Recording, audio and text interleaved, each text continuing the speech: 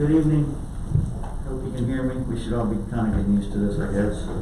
Ever get totally used to it.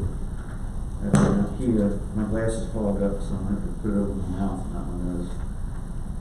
Meeting's called to order. Thank you for attending our meeting tonight, Wednesday, July 15th. Tonight we're going to have a moment of silence like we normally do for our regular meetings, and it'll be followed by the Pledge of Allegiance. But before we have the moment of silence, I would like for each of you in your prayers and during the moment of silence to remember three of our matriarchs and patriarchs of our community who have passed away simultaneously, basically, in the last couple of days and weeks. And it's a huge loss for this town. Total loss for information and history and background and things that occurred that we'll never be able to recover. So it's important that we get the narrative all the time and not just after somebody's passed away or think about it then. So Dee Seaver, who was a huge part of this community, and her husband Gary, who spent many years up here in this council, and they fought for that school and they helped get the proceeds to build the high school. Basically, they kind of ran that whole show.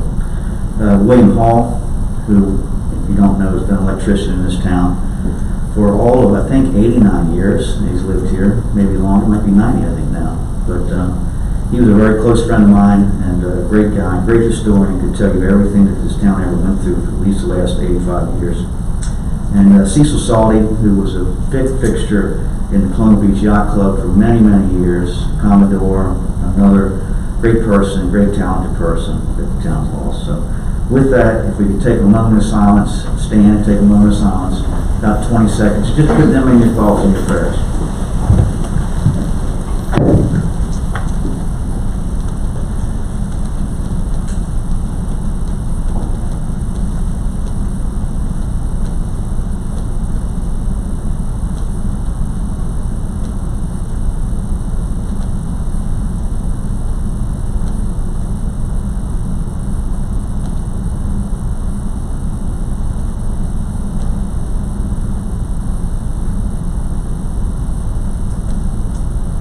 Thank you. We'll now say the Pledge of Allegiance. I pledge allegiance to the flag of the United States of America and to the republic for which it stands, one nation, under God, indivisible, with liberty and justice for all. Thank you.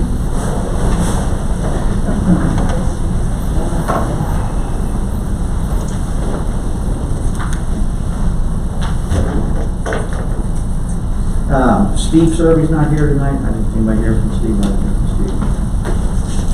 All right. Any additions to the agenda? I'd like to request an addition to the agenda. Okay. The information on resolution 2920. 2920, intent to develop Castlewood and Eleanor Park sites. Is that a new resolution?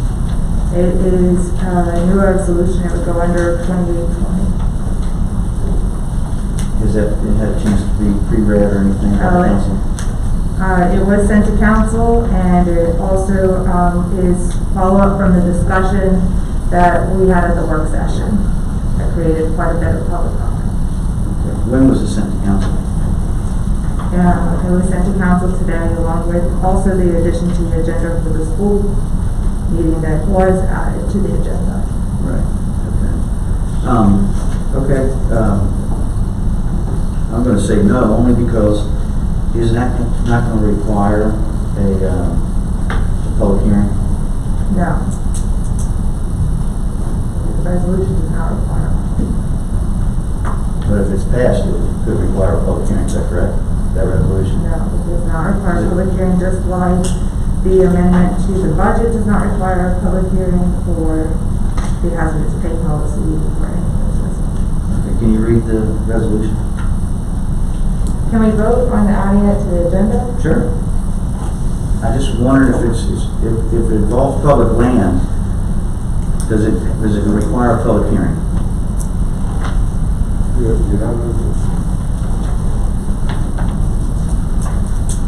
I saw it just briefly today. We can I just- still hold a vote. Okay, I We just can don't hold wanna a go through vote for steps. it and add it to the agenda. That's perfectly fine, I just don't want to go through steps and not be able to utilize it, and have to rescind it. That's all. I think we can wait on a vote if that is. Okay. But I would still like to add it to the agenda. I don't think it requires a public hearing. Okay, okay. So there's a motion to add the, Resolution 29-20. okay, I don't have a copy of it, so I don't know what I'm looking at. Do we want to put it in, along with the status item and the discussion of Eleanor Park, so it's not before that, but after it? That's what I hoped we were going to do. That way we can have the discussion with Eleanor Park first, that Quinn's gonna go over, and then we can include this Right. in with that. Yep, that's fine.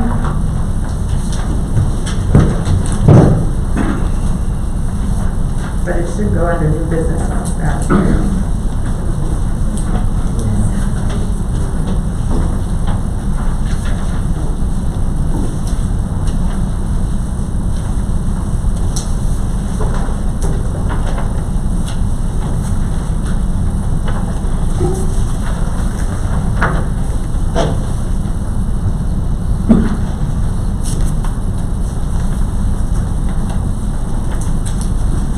There we have presentation also, if you want to pass one, take it down.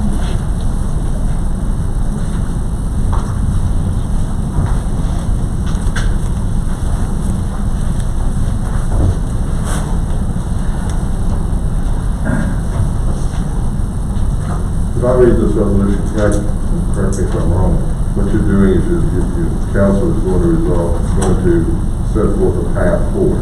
Right. There may be actions that need to be taken in conformity with this resolution, which may require public hearing, but this is basically a path forward. Right. Okay. That I can definitely, okay with. I just didn't know if we were prepared, because I heard at some point in time that this may require a site plan That's part of it. That's for part of it. the playground, so is that correct? Richard? I think those are all discussion points that we can discuss when we do the discussion, Okay. after we add it to the Okay. agenda. Okay, I'm just reading this. It looks, okay. All right, so there's a motion to approve resolution 29. No, there's a motion to add to the agenda. 29-20 to the agenda, correct. Second. Okay. Now, Frank, Aye. Matt, Aye. Dallas. Aye. Vicky, Aye. Robin, Aye. and chair votes aye. Okay, thank you. Understand it. Mr. Mayor, I Yes, sir. make a motion we approve the agenda as amended. Second. Mr. Alger. Aye. Mr. Ryan. Aye. Mr. Lehman. Aye. Ms. Roberson. Aye. Ms. Shaker. Aye. Thank you. Are we linking these two things with the discussion, or is this going to new business? Well, can we put it so we can talk about it after the manager's talked about it? Yeah, that's fine with me.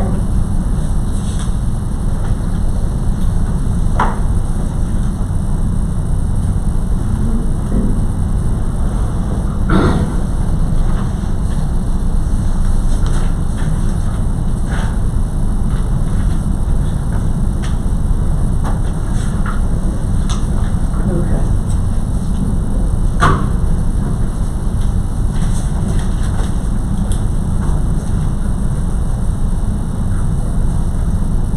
Motion to approve the agenda.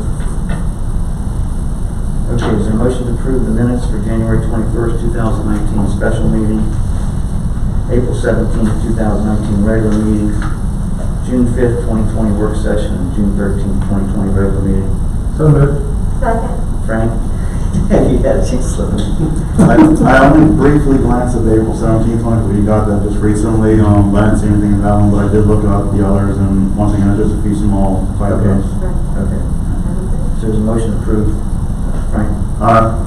Mr. Ryan? Aye. Mr. Lehman? Aye. Mr. Roberson? Aye. Ms. Shaker? Aye. Chair votes aye. Okay, council member announcements. Frank? I have nothing this time. Pat? I have nothing at this time. Dallas? Nothing, Mr. Mayor. Vicky? Nothing this week. Rob? I have nothing. Real quick, so there's been some discussion, there was a little bit of newspaper article yesterday about the COVID virus and the increase in numbers, and we got late today, we got a situational awareness response from the county, and I believe it said they tested 390 people at the school and had no positive cases, is that correct? One case, okay. So, I think basically what they're saying is there's two areas where this upkeep or uptick in cases has come from. And part of it, of course, is more monitoring and testing as well. So I see that Walmart's requiring everybody to wear a mask. So I guess questions from some citizens asking to close the beaches again. I don't think we're in a position to do that right now, nor do I think there's a need at this point in time for the town. But if it changes, we will.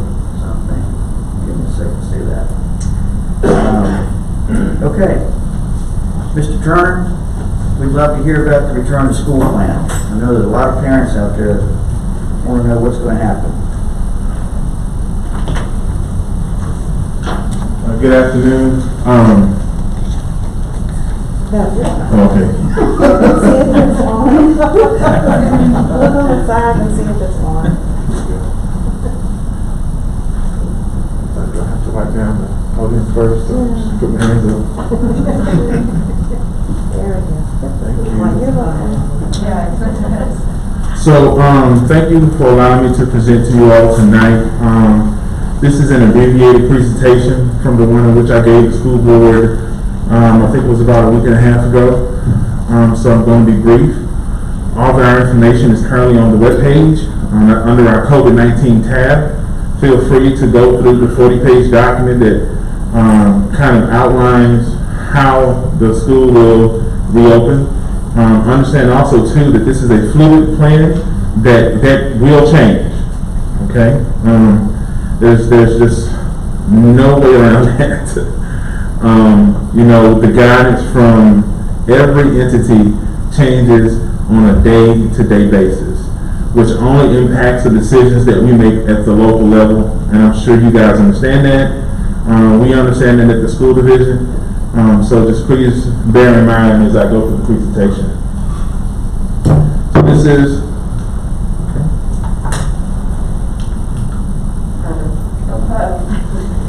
Is it hit the right button?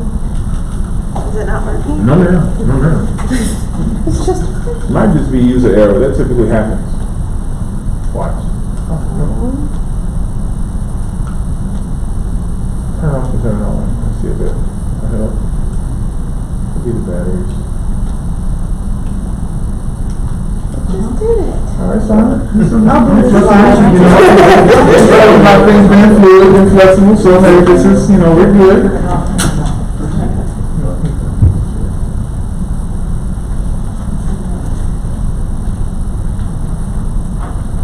All right, so in our first slide, you'll see that it took a planning team that consisted of myself and several other directors within the school division to develop this plan. We sent out several surveys to our school community, parents, and just most recently staff. And this slide here talks about some of the staff feedback that we collected that parents prefer based on the 312 respondents, which is almost close to 50% of our student population. Parents prefer that cleaning measures be followed, social distancing being the primary focus and expectations. 52% of our respondents suggest that requiring masks for children will not make them more comfortable. Our goal is to not make this political when we talk about masks. It's really about safety measures for not just simply the students in the building, but then also to our staff, as we have older staff in our buildings. 56% of the respondents are committed to sending their children to school, while 36% had a level of uncertainty, and you can understand that due to COVID-19. I'm a parent. I have a child who has pre-existing conditions. I truly understand their concern. The primary concern of parents are in-person interactions, readjustment to school expectations, and transportations. And some parents respond to shared comments regarding masks or cloth face coverings, whatever you use at this point. Next slide, please.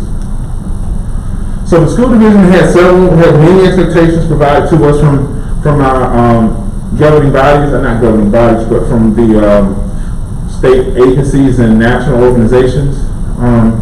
Every school division is expected to implement health mitigation strategies, ways in which you can design how students and staff interact in the building to keep themselves safe. The Department of Education expects school divisions to develop plans to allow for new instruction to occur, which is different from what occurred during the spring. We are expected to go through our curriculum as we would in any school year. And so that's been a challenge to try to develop a plan and to strategize around that.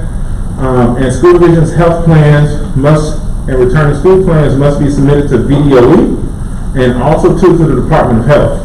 And so I have a meeting scheduled with the director for the Department of Health next week to go over our plan and to see if there's any adjustments they would recommend. Next slide, please. One topic that's been discussed several occasions has been the use of CARES funding for the school division. We received roughly about $250K for our school division, and those funds are scheduled to be used for health mitigation, which, we would talk about cloth face coverings, PPEs, if gowns need gloves, hand sanitizer, staffing adjustments.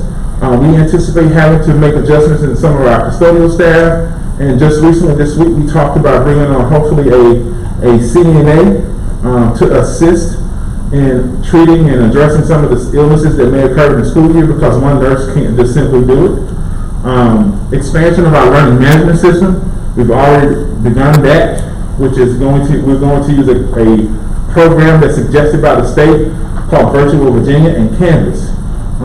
There's a ton of professional development, whether you're talking about health mitigation strategies or just simply how to use the Virtual Virginia platform. Cleaning supplies and other needs that may arise, because we can't think of everything prior. A lot of things are going to come up throughout the school year, and so we have to be able to make adjustments. Next slide. Just some information that I collected. There were a couple of reports which indicated that some schools could potentially have an impact to their budget to the effect of about $1.2 million just to address COVID. I don't foresee that being the number for Columbia Beach Public Schools, so that number isn't to scare you, but that number is just to simply say we will have increased costs. And the greatest fear that I have at this point is that with those increased costs, CARES funding may not be enough. So that's just a fact. That's the truth. And then also too, there are some additional funds that are being explored at the U.S. government, but then also too at the state government. Some of those things have been released. Some of those grants have been released, such as additional funds to purchase technology, but yet still there's a limited amount. So at this point, we haven't heard how much additional funding we could receive from those grants, but there are some additional grants out there. So we had to take a look at two different schedules for our students. With many partnerships that we have with other school divisions, RCC, the governor's school, the local, the regional superintendents who share resources at the Northern Lake Tech Center, all got together and we discussed a week rotation we gave where we would potentially have one group of students on-site learning and then one group of students who would be engaged in asynchronous learning for a week, and at the conclusion of that week, we would switch. So they would rotate and go to remote and then to the asynchronous learning. So if you could go to the next slide. The school board approved this option here, where we would have 4 days a week in any one session, whether it be remote or in-person learning, and on that 5th day, which would be Friday, all students would be engaged in remote learning. Through that on that Friday, teachers will be able to prepare for 2 sites, because that's what they have to do. They have to prepare to be on, to teach the in-person setting, but then also teach in the remote setting, which will be new for us, okay?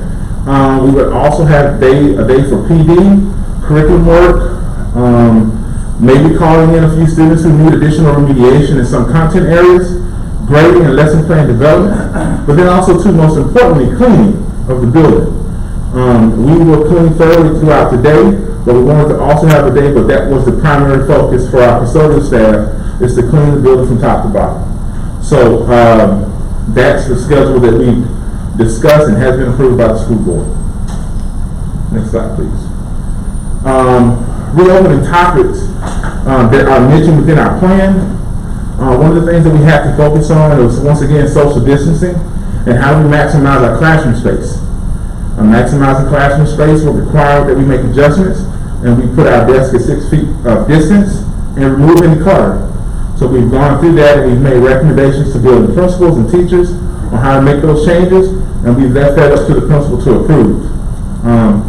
VDH and our school nurse has developed health mitigation strategies for us as a school division. We've had several conversations as a team on the things in which we needed to do to provide those health mitigations and to teach our teachers how to implement them in the classroom. We had to consider feeding students. One of the things that many people don't think about is the fact that when you have half of your student population out, you also impact your reimbursement rate for your program, your feeding program for students. And so we have to consider, how can we still feed those children who are not in school? Continuing instruction. You know, at this point in time, we haven't heard from the State Department about what SOL testing will look like. I hate to make it about SOL testing, but that's something that we have to address. And so we have to figure out a way to continue to provide quality instruction to our students on-site or in the remote setting. It has to occur, and that, it would be, I don't want to say it would be difficult, but for some of us, it's just a new environment. It's a new environment for parents, to especially help monitor a new environment for our students who may be used to going online once in a class, but not having so many repetitive classes where you have to be engaged online. Increasing the number of devices for our students was a concern. We've been able to order 2 carts of iPads, but one cart would be about one order of iPads is about $150, and that's about $44,000. Okay, so we spent about $88,000 on iPads. Selecting a new learning management system. Right now, I believe this resource is free to the school division through COVID-19, but there are some additional costs in trying to support our teachers in the classroom, and then also to staff training for health mitigation and success in a blended learning environment. There's still PD that must be offered. And so this was just a simple synopsis of the plan that's currently on the website. Please feel free to review that plan. And if you have any questions, comments, concerns, we have a COVID-19 email address where you can send an email to that address, and one of the directors in the division will respond as quickly as possible. Okay? At this point in time, any questions? I have a couple. Yes, sir. Just, Okay. does your schedule marry up with any of the other jurisdictions, like the county? Yes, our schedule matches at this time. Once again, let's just understand that it's a fluid. It's fluid, yeah, I get that. At this time, yes, several of the other counties have similar schedules. Those, especially those that use the tech center, Richmond County, Essex, Lancaster, Northumberland, Westmoreland County, as far as their day-to-day schedule.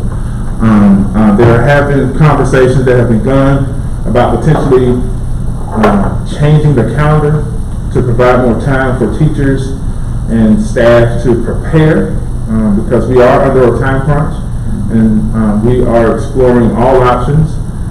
And as I've stated, this is a fluid plan that may have some adjustments in the near future.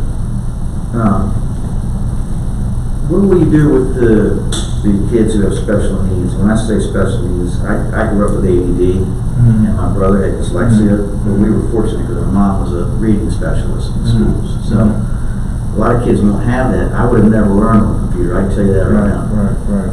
You know? So I'm just wondering, are we going to lose that whole group of kids? Or No, sir. is there No, sir. special So we're going to make adjustments for those students.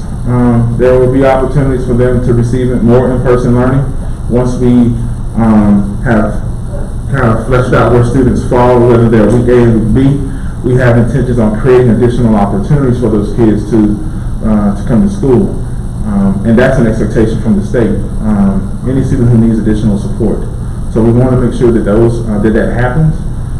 But it also is going to take some support from the home as well. Making all of this successful is going to take some support from home. So, but we have had those discussions.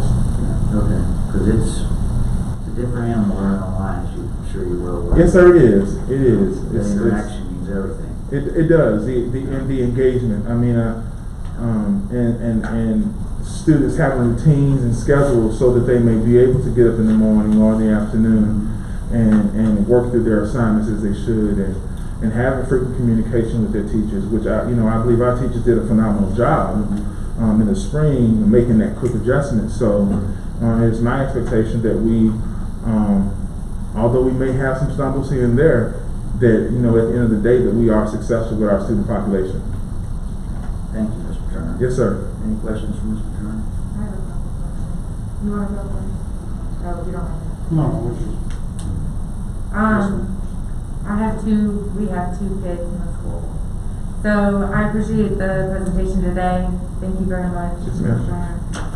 I just had one concern as a parent was part of my frustration during this spring transition to virtual learning, which I would agree with you that most of the teachers did a phenomenal job with, and I was so appreciative and even having the technology available to kids that needed it, and the lunch program, which was fantastic, and all kinds of things, was that there were just, a number of different programs to use. There were so many logins, there were so many ways to contact the school, there were so many, I got Google Classroom going off in the middle of my night next to my bedstand. Yes, ma'am. I'm kidding. I understand. And then, do you email? Do you follow the school on Facebook? Do you hear from the Google Classroom stuff? I had 7 logins. I wrote a sticky note one time, and I had to use the front and the back and write really tiny to even just find all the programs to use. So, is there I saw a couple things in the slides that maybe alluded to that there was a system. Yes, there is a learning management system that we will implement as a school division called Virtual Virginia in Campus. But I cannot say to you at this point if it's going to reduce the number of logins that you may or may not have. Is it an additional login? So there may be an additional login. We do have a lot of programs, and you're exactly right. We do, and unfortunately, in some of those situations, the logins may be different for one child, which would mean that as myself, I have several logins for similar programs, and I have to write them down on a sticky note. So there's a lot, but I hope that with this program we may be able to reduce some of that. But I just don't want to tell you that's what's going to happen. So I apologize. Or just maybe in the come back to school. I know when we kind of come. I don't know exactly how that's going to work as far as when we normally go to the school and get a lot of information, and I'm not sure. So you're talking about open house? Yeah. So right now we're having a discussion about having that as a virtual program for the school, and it may be broken up by student last name. So right now the plan is to schedule a virtual, open house. Okay. Wow. I hope that there's a single place I can just at least go to find where all the other tree branches lead, because I think part of it was some stuff was on Zoom and some stuff was on GChat and some stuff was on other things, and then it was all of a sudden I look at Google Docs and I'm like, oh my God, you kids haven't done these 5 things. So that should be better. Okay, with the learning management system. Okay, I'm not trying to be critical, because I know the challenge was extreme in the beginning to go from 0 to 100% online, and the teachers did a great job. It just voicing my personal parent concerns. With the learning management system, I mean, correct me if I'm wrong, but I think it's gonna look more like a college type, like Yes. Blackboard type thing. Yes. Okay. You're gonna Yes. log in there and where you would have to go, Right. it's gonna tell you where to go instead of saying, go to this one, or go to this one, or go to Yeah, this. okay. And I think Yes. it kind of replaces Google Classroom. It as does. well. So It that does. one is kind of, Okay. it's not an additional one, it's a replacement one that has better features. Okay, great. Well, I just can't speak to the passwords, I'm sorry. Oh, no, the passwords weren't even my biggest problem, it was just tracking, and then they were like, this is on iXL, and I'm like, that's another one. That is, and it's a great one too. I know, they love it. It's meant to be more user friendly. Yes, Okay. it is. Well, I've Yes. taken Thank you, online Appreciate classes that, sir. before, so as a Blackboard thing, I understand how that works. That's, so. I think it's kind of mirrored basically It is. after It is. those types of It is. things, yeah.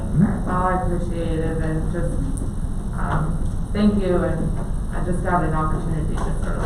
That's fine, thank you, ma'am. Appreciate that. I have your hands full, for sure. Well, yes, there's just no easy way around that. You know, I like to think at times I believe to be, and I want to be a people pleaser. But at this point in this situation, just being honest, we're not going to be able to make everybody happy, and that honestly sucks. You sit up here if you want. I'll pass. I got enough. Dr. Turner, Yes, sir. question, I know, and I have a complete, especially in the position I'm in, that the guidance changes hourly, now certainly daily, if not hourly. Yes, sir. Asking you, really don't want to ask you to read the tea leaves, but I'm going to ask anyway. At the state level, have they considered going 100% virtual if the COVID situation worsens? So have they discussed that, or have they had kind of like a coup plan for that, or? So we all have to prepare, every school division must prepare for the possibility of going virtual. If you have paid attention to the news in the last 48 hours, you've seen several school divisions who have announced they will open virtually. And this is Turner speaking, this is not State Department, this is Mr. Turner talking. So, you know, I think it has a lot to do with the fact that some of the cases have gone up. I think it has a lot to do with the true concerns that some of our teachers have. I think it has a lot to do with the transitions that may take place if we were to open up and then and have all of our kids on the campus and then quickly close. So I think a lot of the school divisions that are making recent announcements are doing so because of that. You know, I think our State Department is in a difficult situation because you know, the data changes. This whole situation has become political, and it really shouldn't be. That's me. Okay, it should be about teachers and students and trying to provide the best instruction that we possibly can, and nothing else. So it pains me that it's come to that. So I'm going to stop before I say more. Thank you. Yes, sir. Thank you very much. Thank you, Mr. Turner. Thank you, guys. Yeah, appreciate it. All right. Thank you. Any unfinished business? Item 10, new business. Maybe we could go to tab A.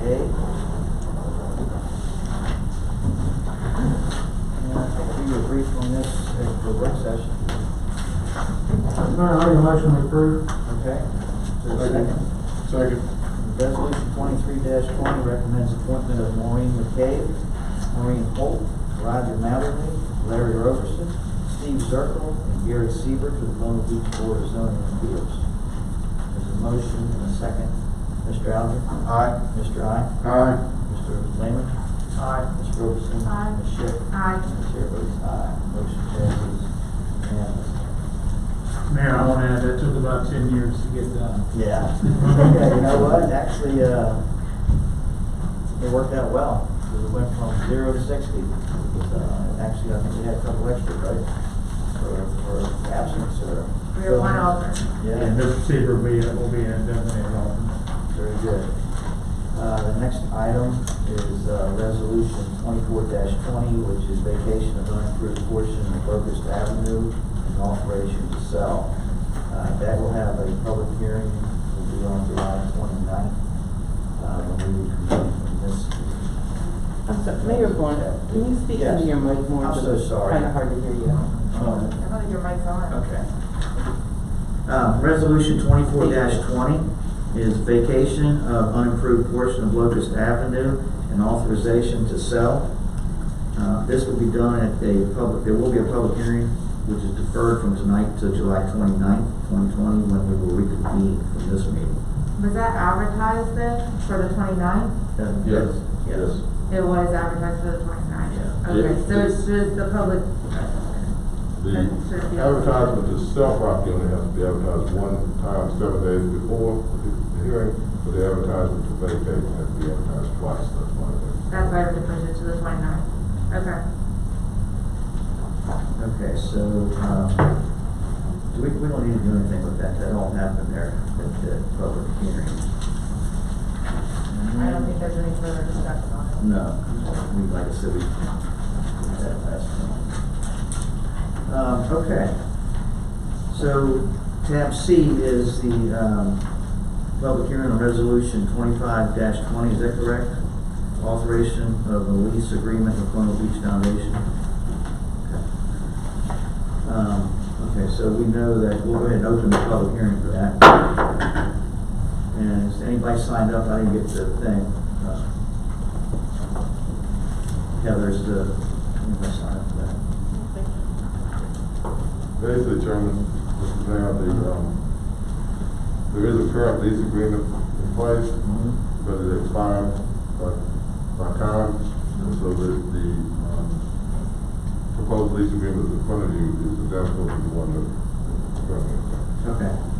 We were told you reviewed that, was that, and that you found it? Yeah, that I would say the problem. Okay. But it's up to you as to determine the extent. That's what's the point.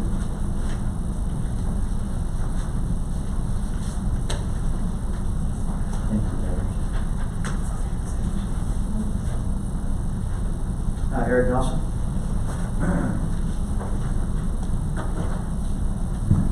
Thank you. I'm going to bring Mitzi Satos up here with me. Okay.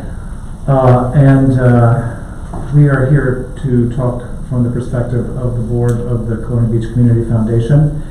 And I just want to refresh everybody's memory about who the foundation is, just in case there's any, lack of understanding about who we are or what we do. The foundation was formed about 14 years ago, and we've been involved in a lot of different activities in this town to support a variety of different things, initiatives. We have sort of stepped up our game over the last couple of years, and we now have very aggressive initiatives in a number of different areas, including youth development, environmental and beautification, health, enjoyment, like Cinema on the Green. We are the owner of the license for the radio station, and we've been very active in this COVID-19 response.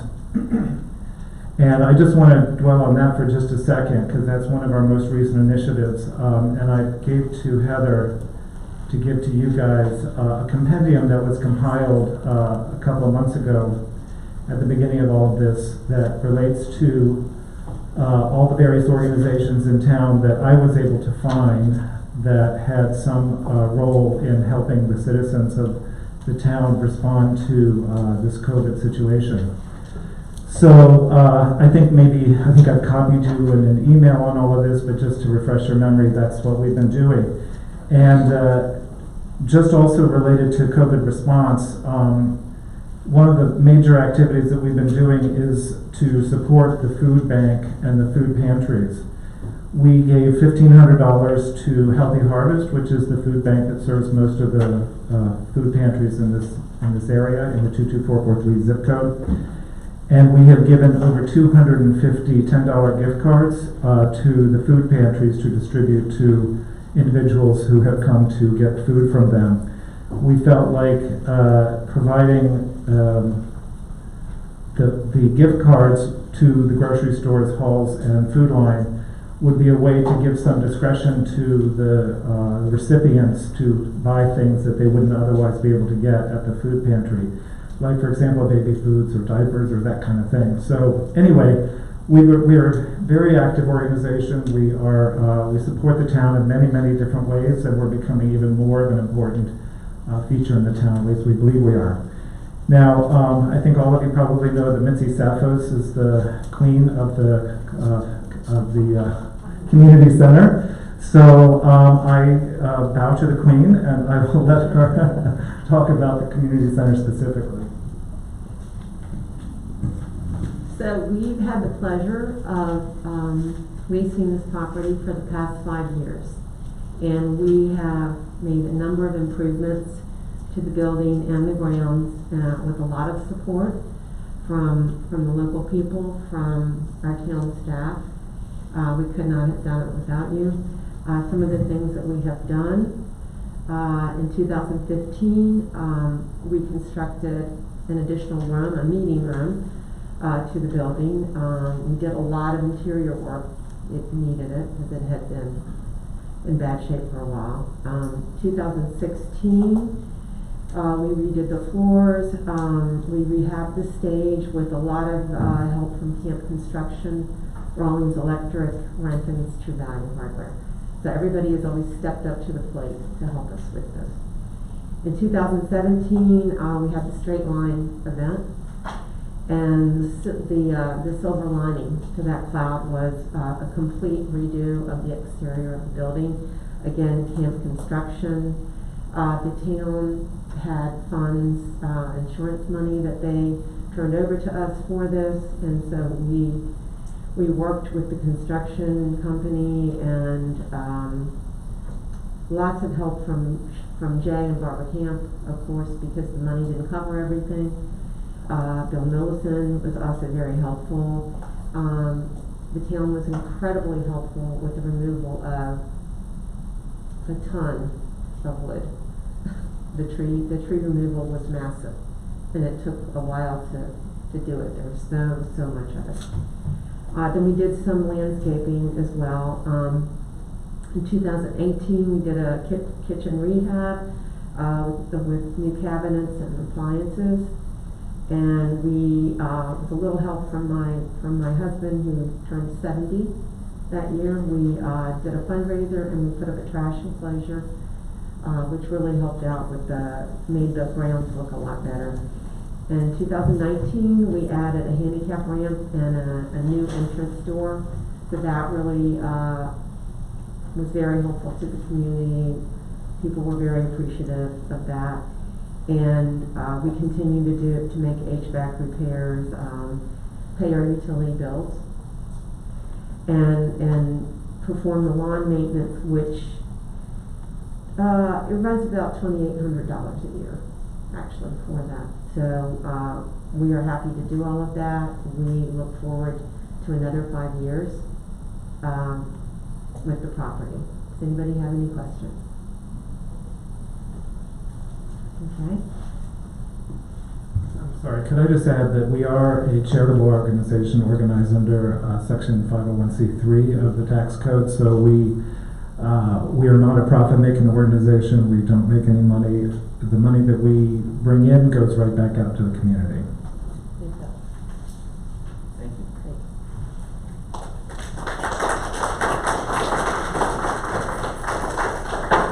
That closes the public hearing. Now it's open for council discussion. Is there a motion to approve resolution 25-20? So moved, Mr. Mayor. Is there a second? Okay. Is there any need for discussion? Mr. Alger? Aye. Mr. Eye? Aye. Mr. Lehman? Aye. Ms. Roberson? Aye. Ms. Schick? Aye. Chair votes aye. Motion passes. Okay, you guys for another 5. We got you for another 5. Whatever. Yeah, like it. All right. Resolution 26-20 amends fiscal year 2020-21 budget, general fund, tab D, discussion.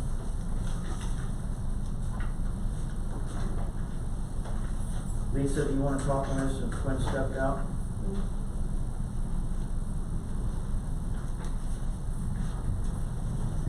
Okay, so this resolution is bringing the money that we brought forward from fiscal year 19 savings.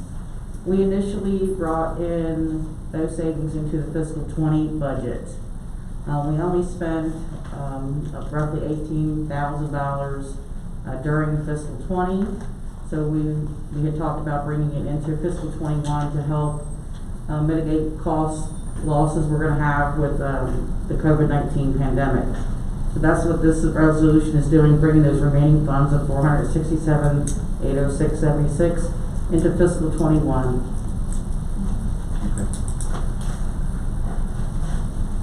There's a motion to approve resolution 26-20, which amends fiscal year 2020-2021 budget general funds. Is there any discussion? Is there a second, or a motion to approve? Excuse me. So moved. Is there a second?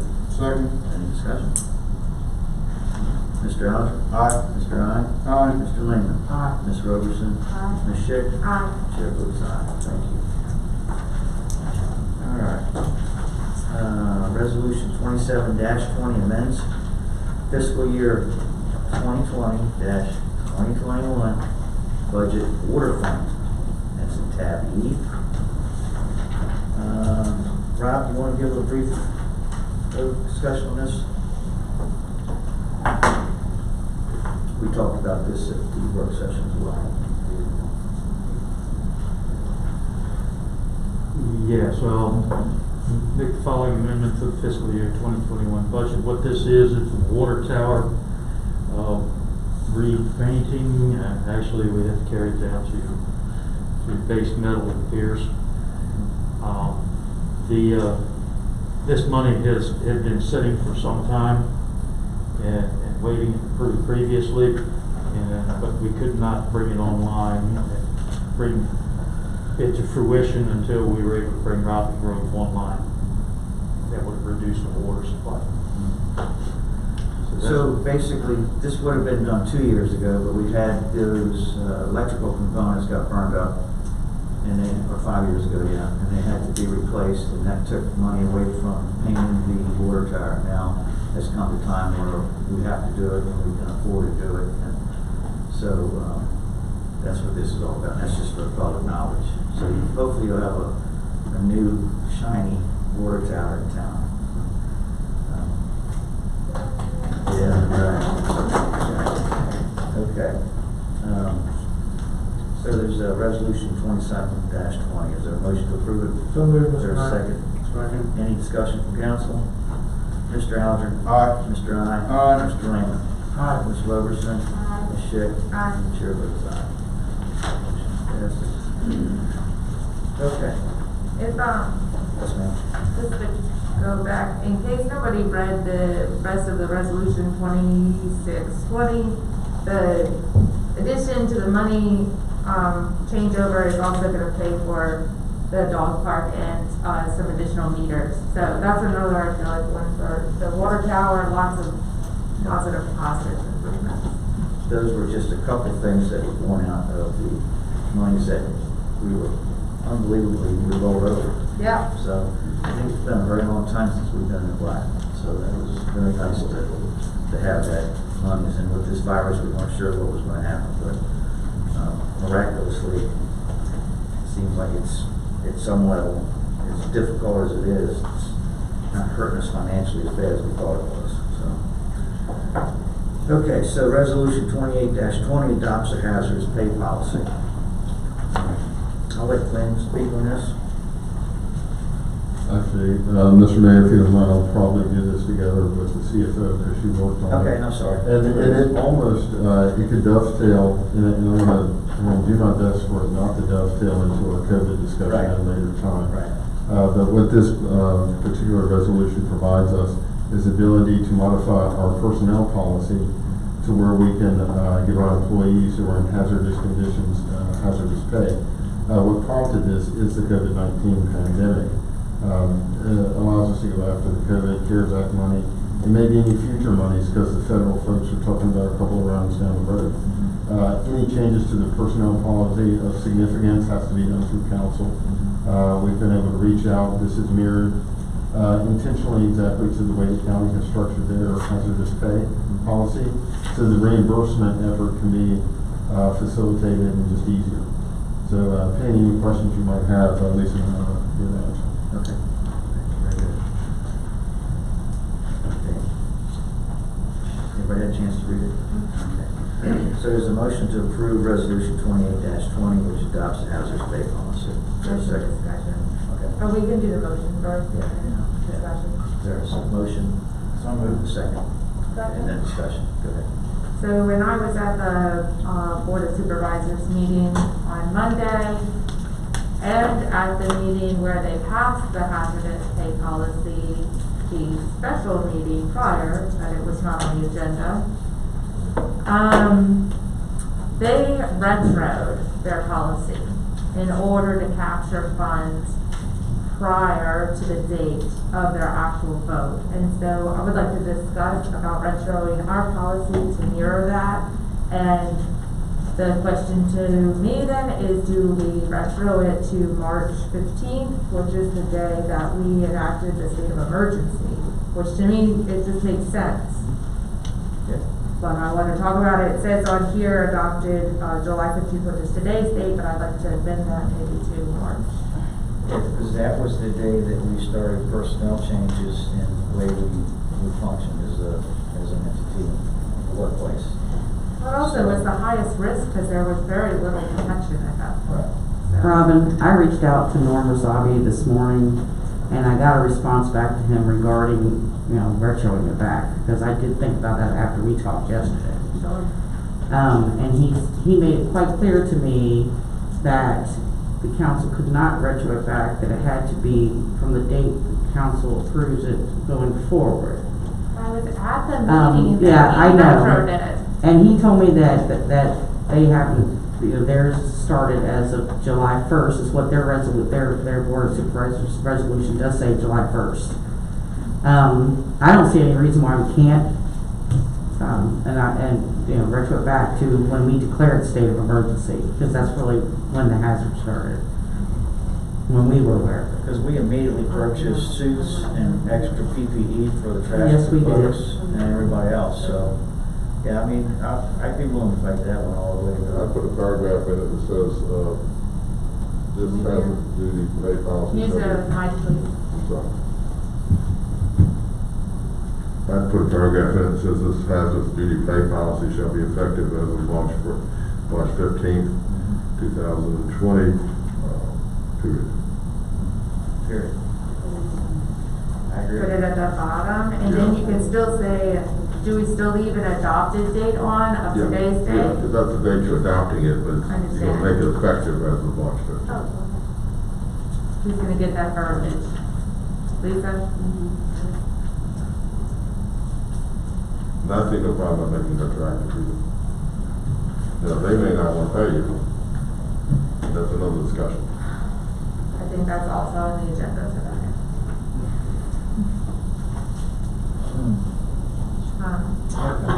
So how do we feel about that then, adding that?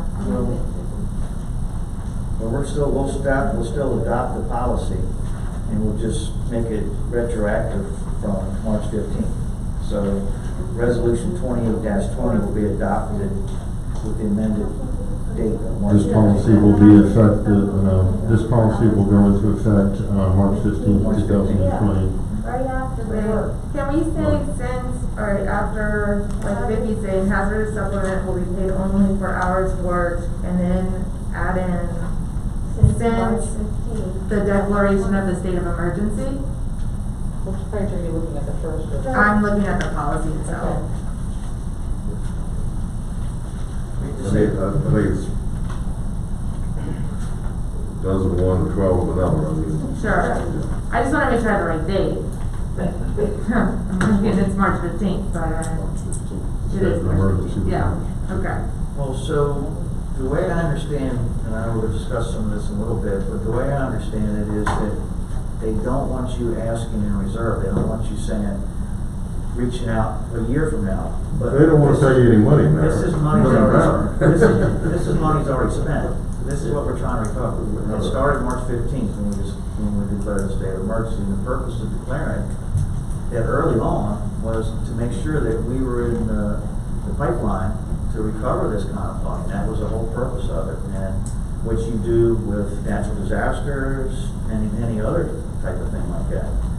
The only concern is you need to be sure that you understand that there's going to be payment to employees Correct, beginning that's on what I was March looking to point 15th out.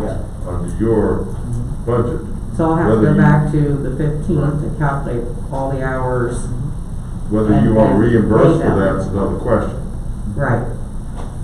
That was gonna be my question, is how, where are we staying with that? How's it gonna impact our budget? Because I don't think I'm alone here in saying that the county's not gonna pay us for it. That's what we need to discuss that, because if we go make the payment and the county does not reimbursement, it's gonna negatively impact our budget, because we are going to go over any salaries, because we didn't put anything for hazard pay. I still think the policy itself, because this is a policy when we add it to the employee handbook, Right. that is on to every natural disaster we have from this point forward. And so that's why that verbiage of since the declaration date of the state of emergency would then apply for all hazardous work in any declaration of any state of emergency from here forward. And that kind of covers our bases in who knows what happens. I'd have to say, nobody knew what the intent was gonna be when the federal government offered the CARES Act. And in the CARES Act, they're the ones who offered this hazardous duty, okay? So, no, we wouldn't have known in March that it was available. But I think that Ms. Schick is correct in that it will, if it is adopted as proposed, it will affect every, going forward, whether we are reimbursed or not. Any declaration of emergency will trigger the hazardous pay requirement. Yeah. I would put this out for your consumption as well. Arlington County already had this in place.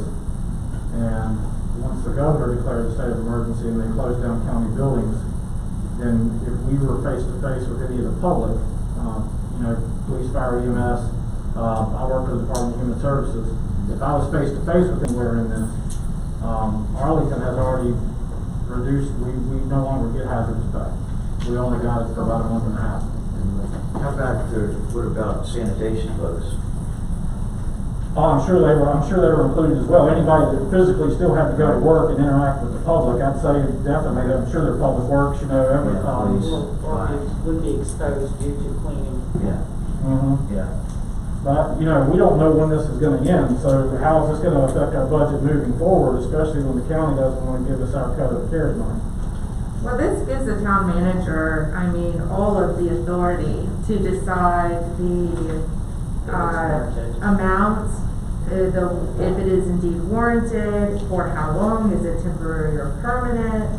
And so, looking at what the county did with their hazardous pay, I think it's pretty easy to find a formula that matches theirs and submit for an amount that they really can't refute, considering they already approved it. So I still think the language here gives us lots of leeway into managing it with the budget. It's not like it's for an infinite amount of time, it's for the amount of time that the town manager approves it for. I think we would have a reasonable legal approach to this if we were not given that money. If the county did not give the town that money. Well, again, I'm not saying it's not deserved, I get it. I understand what you're saying, because at this point in time, they're not giving us anything.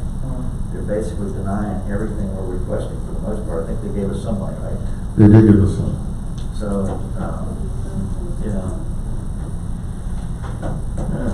it's a tough one. Our employees deserve it, obviously, and it hasn't gone away. It's going to continue to be out there.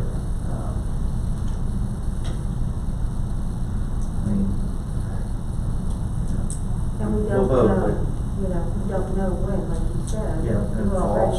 They're already saying fall's going to get worse. Right. I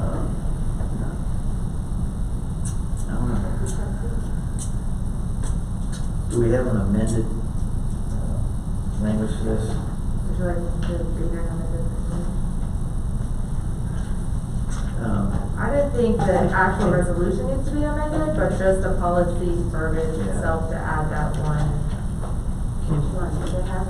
Would it be wise to table this till the 29th? You think we'll know more at the 29th meeting? I don't think we're gonna know any more. I would vote on this tonight because I think that we need to send them a bill immediately. Yeah. As long as our legal opinion, believes that the town manager can turn it on and turn it off, the way the language is written, I think we're gonna have the latitude to exercise that.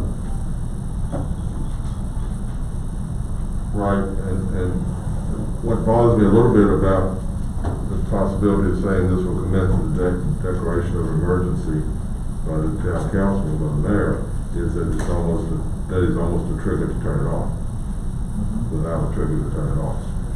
Well, it just says the policy goes into effect, and then, so I guess I'm reading the hazard duty pay policy, not the one that is particular to COVID. Does that make sense?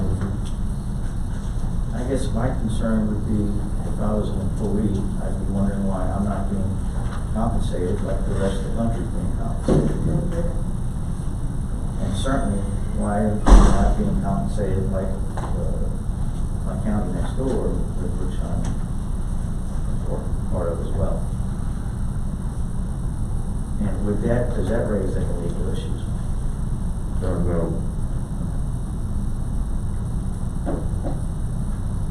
No. And the hazard duty pay policy, it does not specifically mention non-exempt employees. Right.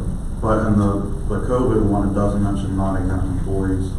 Should they be paired up to match, say the exact same thing? Yes, we can add it. We tried to mirror what the county did for the COVID portion, as identical as possible, with the understanding it increases our chances for reimbursement.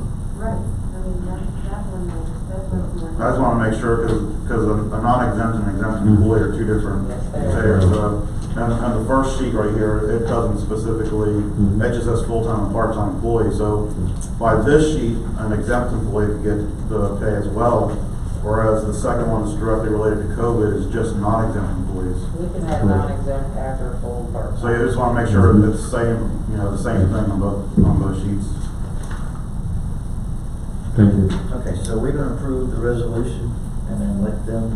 To me, the policy then allows our town manager to rewrite the language of the particular circumstances as necessary. Does that, Jim, is that your understanding? I think it depends on how you put the language in there that you want to amend. I mean, obviously, if you say it's effective March 15th, 2020, then the manager has a start date. If you say, you have to be careful if you say this is effective, it will be effective at the declaration of any emergencies. Right. Yeah. Then Okay, so, okay. On which sheet? on the hazard duty pay policy. Well, I don't think you can put March 15th on that, because that's that's the umbrella policy. Right. You It can't- is. Right, so if you're gonna change a date, it's on the COVID one. Well, but there's no authority for the COVID one without the policy that the I think council we is still need to adopting. add an effective date of the policy, even though it wasn't adopted until July 15th. I understand. I just don't know for future things. I mean, to me, the declaration of the state of emergency is the way to forecast it, deal with that. Well, if you put the March 15th date on this policy, it still has the language in there that the town manager can determine if a hazardous pay supplement is necessary to do. So that would carry forward in future emergencies. That's what I'm saying. Okay. I think the whole intent of this is but you have to be sure that you understand that my expectation may be different than yours, but my expectation is that the county of Westmoreland is not going to give the town any money. They've approved all receipts. You have to be careful, but they've also said they're not going to go back. They're not going to go back. That's what he told me in his email today. Right, I understand that. So this will change your budget, your expenditures for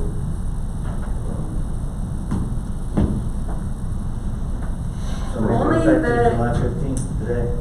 Only the I was COVID-19 looking back one. July 1st. July Effect- 1st. That's what the county did on theirs.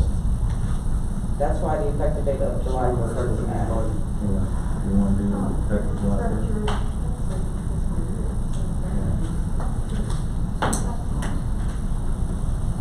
COVID-19 says it has a July 1st date on Right, that's what I'm talking about. Yes, that's it. it. So does it really matter what date you have on the hazard duty pay? No, I wouldn't put a date on the hazardous duty pay. Right, so this is Yeah. adopted as of today. Right. For the code.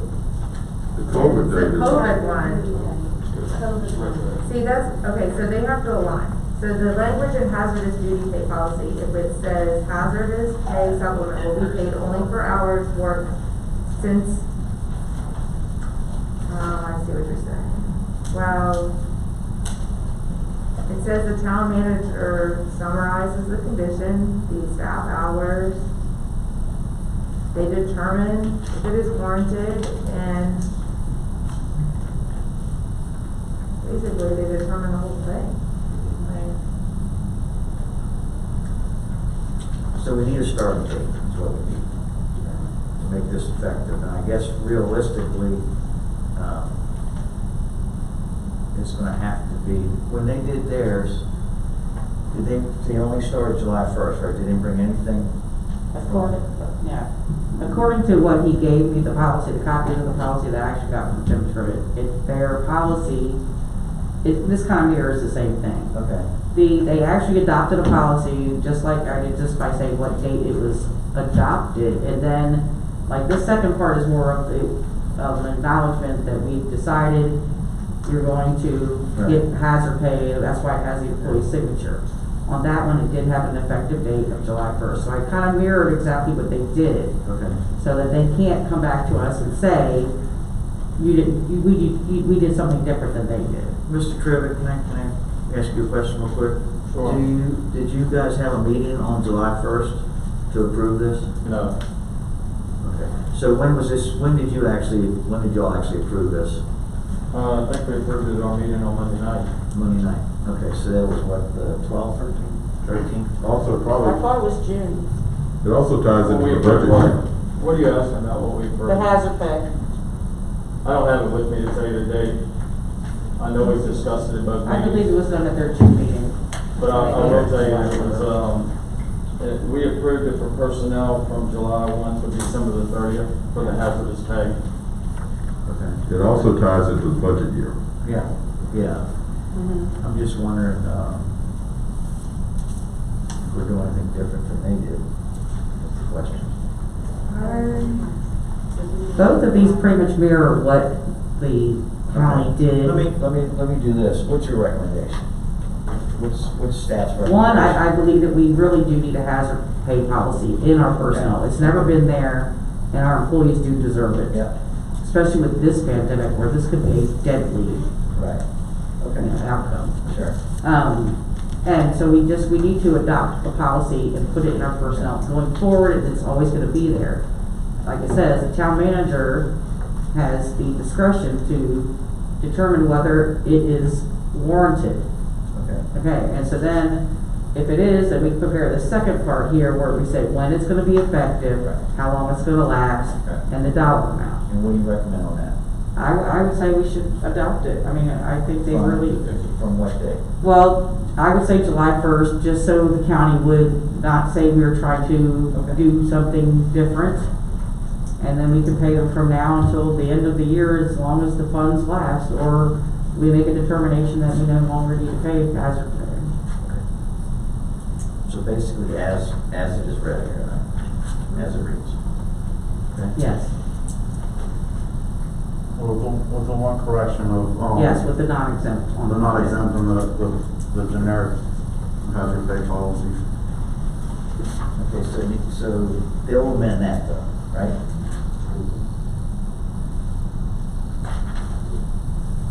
Back to the resolution, let's see.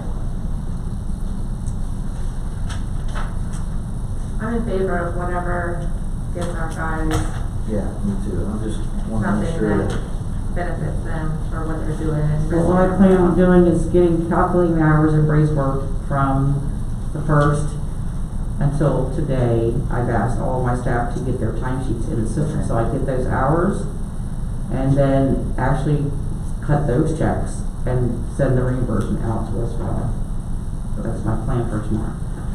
So do we need to change the language in this, or just adopt it as it is? It looks Was to the me- one change that? Yeah, on the third paragraph, all full and part-time. All right, so there's a motion to approve. Is there a motion to approve? Or second? There's already a second. Okay, good. Right? We've discussed this enough. I think we're ready to vote. Okay, Mr. Allen? Aye. Mr. Ryan? Aye. Mr. Lehman? Aye. Mr. Overson? Aye. Ms. Schick? Aye. Chair votes aye. Thank you. All right, staff, please keep us informed. I mean, don't wait for me, minute something changes or whatever, please reach out to us right away, so we're on board with that, okay? Okay. Thank you. Okay, item 11 is discussion items, discussion of Eleanor Park. And after your discuss, we'll do resolution 29-20. Yes, sir. Discuss that. Throughout the last couple of weeks, the topic of Eleanor Park in Castlewood has been brought up in public and also through digital communications back and forth, and there's been a lot of discussions on the way forward. Council, in our last meeting, expressed a lot of concerns of safety issues at Castlewood Park, and there's been an enduring effort to turn Eleanor Park into something. A lot of ideas were kicked around, and staff realized that we should probably look at methods or things that could be beneficial to bring in revenues, partially because of COVID, because we know that economically we're going to be affected. We just passed a bill, for example, that is hazard pay, so if they don't reimburse us, well, it's right for us to give our employees something for being in peril. At the same time, a budget is a budget is a budget. So I was able to get with Public Works, Mr. Groves and Mr. Murphy, to think about the opportunity to find an income-generating, revenue-generating idea for Eleanor Park. And after a lot of back and forth and understanding the lands, but probably more important in history, we came to the conclusion that at a minimum we should come to council to bring the idea of creating an RV park. There's a lot of reasons behind that. Right now, you'll see many articles out there just in the free press that a lot of millennials and 30-somethings who haven't reached that income level to take a week's vacation in a hotel are opting for the RV usage. And I believe there's been some interest, and we want to tie this conversation that Richard can speak on, of allowing RV activity at our marinas, because there is such a demand for it. Nationwide, the upscale RVs are going off the shelves. They're in high demand for them. Partially because people can't afford the price tag that comes along with a week stay somewhere. But in addition to that, it's the COVID experience, right? So we've all seen the TV shows with the hotel and it didn't get cleaned, et cetera, et cetera. A lot of people are looking at RVs as an option. Getting back to the traditional camping type method, as most of us know, Eleanor Park at one time was a campground, and at one point was a trailer park, and that's not really what Public Works and myself that we envisioned. We looked more of being able to have a facility that could accommodate upscale RVs with their vehicle, and to ensure that they're not transient, put rules and guidelines in place to where they would get like a weekly or a daily charge. So we started looking at the geography and how many usable spaces we believe that could be found on our park. Very preliminary stuff, which is why I don't come to you with a PowerPoint presentation. It's in the stages of infancy. Just wanted to see if council had interest, but we came up with the ability to put over 30 RV spots, if desired, on our park. Now, what does that mean? Everything goes down to money, right? So we believe the going rate at a minimum would be something like $50 a day to ensure that you're getting the clientele that you seek, or doing a weekly charge of $500, $600 a month, with the understanding that possibly between December and February, everybody must vacate the park so you can do a cleaning of the park and make sure everything's right for the next season. So we took a conservative estimate, and I don't have the numbers in front of me, but we looked at, hypothetically, if you went from May to September, October, and out of a 7-day week, you were able to get 75% occupancy with the numbers previously discussed, you're going to rival our parking revenue, if not exceed it. A best case scenario, it packs like we've seen all summer with the people coming here. you're gonna go over 300,000. Reasonable to believe that you're gonna be at that 200 mark. The investment that it would take to turn Elmer Park into a functional RV park would be the hookups for the water and the electricity. And there could be discussion over concrete pads, although Mr. Murphy has got experience in the RV industry and says that concrete pads aren't necessarily needed. So you might not even have to do that. But obviously you would want to provide hookup, water, electricity, sewer, what have you. Maybe even centralized sewer areas where they could go. And then maybe a bathhouse. And that would be the extent of the infrastructure requirements needed for that. What excited me about it is something that brings in revenue, and it's something that is going to add another thing that the tourists can do when they come here. This is another experience that we can provide, and maybe history has shown us that that type of activity is suited for that land.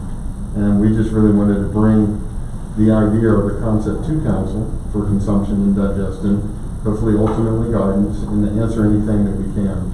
Very preliminary plan.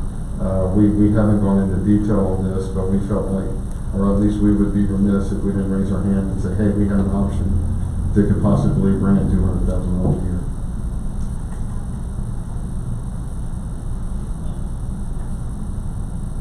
Pending your questions. I think there's a second part to that, if I read the notes correctly. Which piece? I don't want to get into it myself. Which? The marina part? Yes, the marina part. I alluded to that. I didn't know if we wanted to segregate those two issues. A number of folks come to us and they've expressed a desire that marinas would like to ensure that they have the ability to service and have RV vehicles at their facilities. When we first found out about that, I went out to Richard and I said, hey, what do you see? What methodology can we use to make sure that we go about this the right way if council chooses to pursue that desire? And I'll just kind of hand it over to Richard because there's 3 different methods we could employ. So, when you talk about RVs at marinas, I look more at the physical facilities you may set up for there, much like you may do with this RV park. For somebody to park an RV in a marina overnight on the weekend when it's a transient activity, quite frankly, we can't really regulate that, so it can happen now. Time we found out about that could be gone. So I look at more of the fixed facilities. I look at the definition of marina. It doesn't speak to RVs. I think there's a natural fit because there's a lot of activity and so forth. It just seems to kind of fit. I looked at some of the marinas today. There probably is limited space at the vast majority where they could do a few if they move some things around. But really, what my recommendation would be if you want to accommodate RV and do the hookup type facilities would be to amend the definition of marinas to include inclusion of RVs, because right now it does not speak to that. So if the zoning ordinance doesn't speak to something, it's presumed to not be permitted. So that would be the easiest fit to just amend the definition. You could make RV parking permitted or conditional use in the general commercial district. Those marinas are zoned general commercial, good or bad. I don't really recommend that because that opens the door for RV parking in any of the general commercial district. And I don't know if that's something, I don't recommend that, but that's something that could be done. And then lastly, something I've given some thought of, I have not taken to the planning commission, but we have, I guess it's really a defunct marina district. I think that marina district is kind of a neat concept because it's like a cluster of marina-related uses. And I think that you want some of the general commercial uses potentially at some of our marina sites. But because they're marina-related, it works, it fits. So by changing the zoning of the marinas and maybe a few properties surrounding those with the marina districts, you can really preserve really at the core of those marina districts a marina. Whereas if a marina goes out of business, I don't think you really want to have a non-water marina related use on those parts of it. But to answer the question, the easiest thing would be to do is amend the definition of marinas to accommodate the RVs, and you could pretty much have what you want. And I know that other jurisdictions, and I've actually read the ordinances, also have, just like, manufactured home park ordinances, they also have RV park ordinances that regulate distance between RVs, parking, paving for roads, blah, blah, blah, blah. And they usually are triggered when you have more than a certain number of RVs. And that can go from anywhere from 2 to 5 or something like that.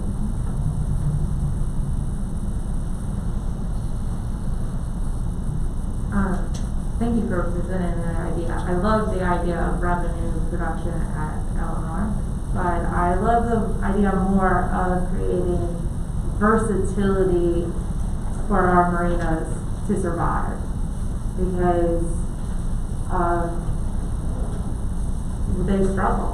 They do. It's a seasonal thing, and especially when people's pocketbooks tighten up in instances like COVID, even though we've seen a lot of recreation here locally, the fluctuation of that is difficult in that industry, and we're trying to hold on to our marinas, I think, and preserve our water-based town. A lot of our watermen are already reduced, so both of these issues would have to be referred to the Planning Commission, because right now, none of it is acceptable by our zoning regulations. So all of it would need to go to the Planning Commission to review for amending the zoning ordinance. But specifically, adding it to the definition of marina seems like the simplest solution to me on that front. And then the concept of adding a whole ordinance related to RVs, as you suggest, Jim, that's a whole nother bear to tackle. Right. So can we refer this to the Planning Commission? Both parts? Yeah, to look at both parts, discuss them, and decide a concept. And I think that's kind of a far off thing, but I think that this isn't really, I don't want to spin wheels here. Right. No, I get it. But there's a lot of truth to this, because right now, the boating industry is going through a heyday, but it's small boats.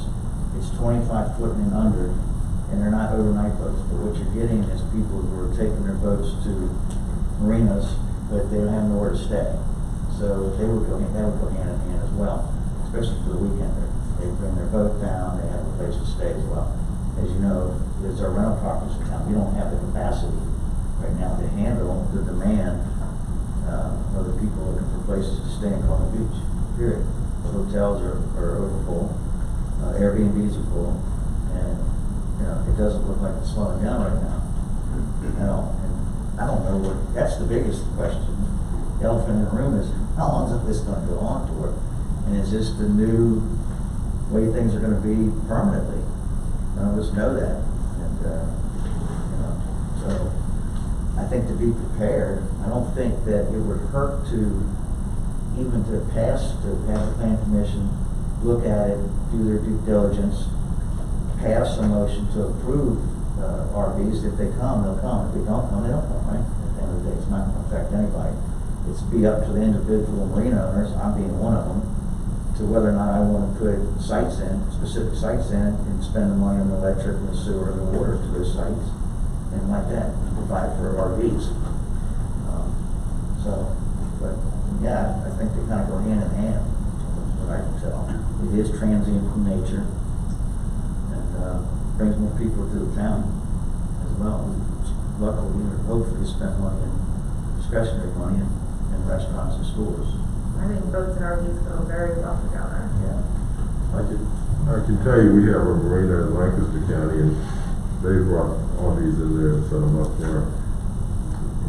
Their master plan does not allow that. The mission notice a violation on that, and that'll be up in front of the town, the board of supervisors at this next meeting. But it appears it is a growing business. Yeah. Can we well, I guess when you refer to the Planning Commission, there'll be a lot of discussion, and I know there'll be a lot more things vetted out. But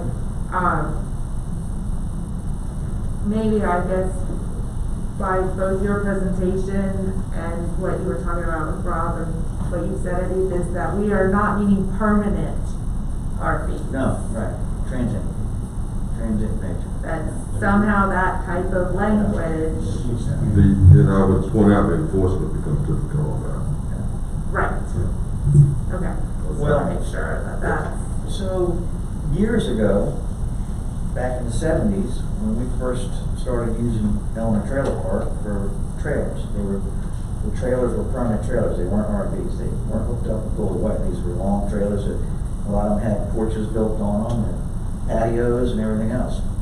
And as a kid, growing up in one, you were only allowed to stay there April through October. At the end of October, you had to get out of the trailer park. And the trailer park lay dormant, everybody winterized their trailers and everybody left. And then at some point in time, in the early 70s, I guess it was, the town allowed people to start living there full time. And that changed, that was a change, I'll just leave it at that. I would see an RV park, especially a municipal RV park, a town RV park, would be something that would only be seasonal, period. Period, for that, but. And I've been through that process with campgrounds. Yeah. You simply require the campground operators to have logs of people coming and people going, subject to the inspection. You put a limitation on time that they can be there. It's just an enforcement issue. Yeah, if the prices have to be done, people are gonna come and go. I'm not gonna anyways. No, we can't regulate that. Right, well, we would set the price on something like the RV park, we would set what we would charge to use those.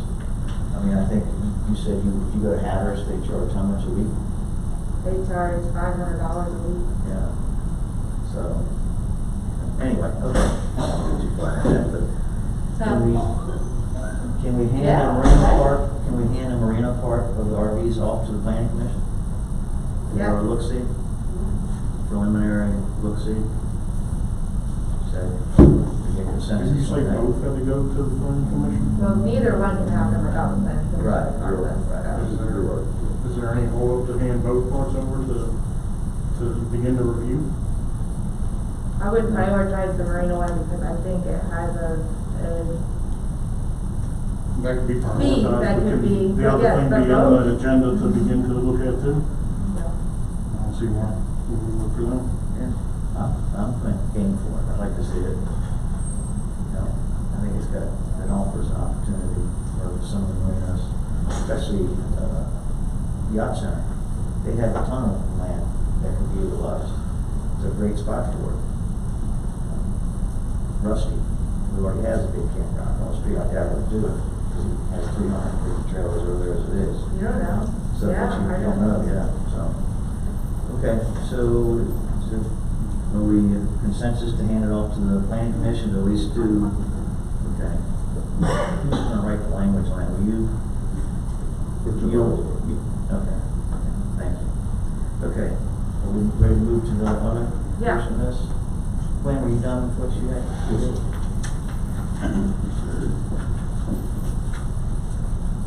Are you done? Okay. All right, so the other part of this, status item is, resolution 29-20. Robin, you wanna discuss this? Yeah. So Frank and I worked on this together. And, I have 2 more copies, but that's all the printed other copies I have. You wanna pass one on either side maybe? Yes. And you're gonna have it up there, so great. You guys have it.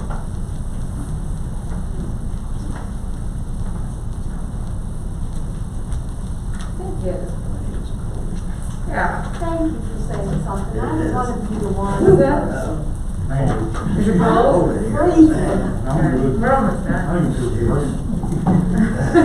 But I was That's finally not sweating.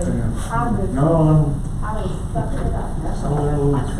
Well, wait till we get to the CARES Act stuff, then Amen. we'll heat it back up. Okay, so resolution 29-20, intent to develop Castlewood and Eleanor Park sites is the name of the presentation. And I wanted to start off with the vision statement for 2030 for Colonial Beach. And I was just in the town manager and the assistant town manager's office the other day, and they needed clarification and direction as what was asked. And so I'm hoping that this gives a little bit of that for both the public and for us, that there is an intention and strategy to things. And so the vision statement of 2030 is, and this was written by our planning commission for our new comp plan, an attractive historical beach town committed to family, business, the arts, and a healthy quality of life. And so I think that's the goal, right? And so we can go to the next slide. The changes at Castlewood are pretty drastic. On the slide on the left is the Google Earth of what it was just not very long ago, and you can see the amount of grass and trees and space there. And then the slide on the right is a photo of it from Tuesday night. So it's pretty significant. The playground is on the left-hand side in the little bit of tree canopy. It is captured in both photos. The left photo goes all the way to the Trivet House, but so it's a little bit further. So, just so you get a good concept, you can see the boat ramp in both. And I think we all know that there is now a pretty large reduction in any kind of green space, picnic space. There's more trailer parking needed, which I think we've talked about, adding in additional trailer spaces, full occupancy on the weekends. In fact, Sunday it was so busy that I was scared to stop in the intersection for fear of getting run over. I shared that with Mr. I today. There was just something about Sunday's amount of Crazy vehicles. It was a crazy day. It was incredible. So, obviously everything has been reduced. We do have a wellhead to protect, but we also have child safety concerns that came up, and I think that's what the discussion at the work session was about. That created quite a bit of community concern and outcry, is that what are we going to do, what are we going to do? So next slide. So I think there is a sensible, easy, and real solution to this, and I am advocating for it. It is a playground relocation at a site that we do own and have, and is green and is shaded and is doing nothing for us, and has been doing nothing for us for about 9 years, 10 years. So it will require a site plan, but the zoning requirements do allow what the proposal is included in this proposal. Future needs can accommodate more things. A community center is a big thing that's talked about being needed there. Revenue production, a venue, pavilion, rental locations, a pier access, things that connect to the preservation of some sort of Irving Avenue wall. There's a lot of things out there that's more than this, that can be talked about. The RV situation is another big one to all be talked about, because it can do more than just the playground. This is a simple, feasible solution. I'm going to go to the next slide. So I want to talk a little bit about the comp plan, because you know I come from the planning commission, and that's my background. So in our comp plan, there's a map that shows up twice actually in our comprehensive plan, and it is about a vision exercise that happened with the public, and the result of that is cited. And in that overall map that you can see, I just zoomed in of the bottom of the map, because that's where Castlewood and Eleanor are. And you can see them both highlighted in red. So Castlewood is the one lower, and Eleanor is the one a little bit higher on that same zoom in of the point of the marina. They're actually one block apart. And in the comp plan, the areas that are marked in green are considered to be preserved and protected, and the areas with the red outline also are in need of improvement and modifications. So both these sites qualify as needing improvements and modifications and also to be preserved. Many of the sites lack the necessary facilities and proper maintenance in order to be fully functional and appreciated. That's from the Comp Plan Chapter 2, 34. The comprehensive plan objective is preservation and enhancement of existing park and recreational systems, including all the town's various parks, trails, beaches, and boat ramps. And that's Chapter 313. In quoting the north side of town improvements that are requested, because that is not to be forgotten. That is also a huge part of the comp plan. Residences have expressed a desire for passive parks, greens, and trails rather than recreational areas, and that applied to the comp plan for Bluff Point, Riverside Meadows, and Classic Shores, Chapter 2, 34. And it aligns with this vision map that was part of the visioning workshop. That was a community effort. Can we go to the next?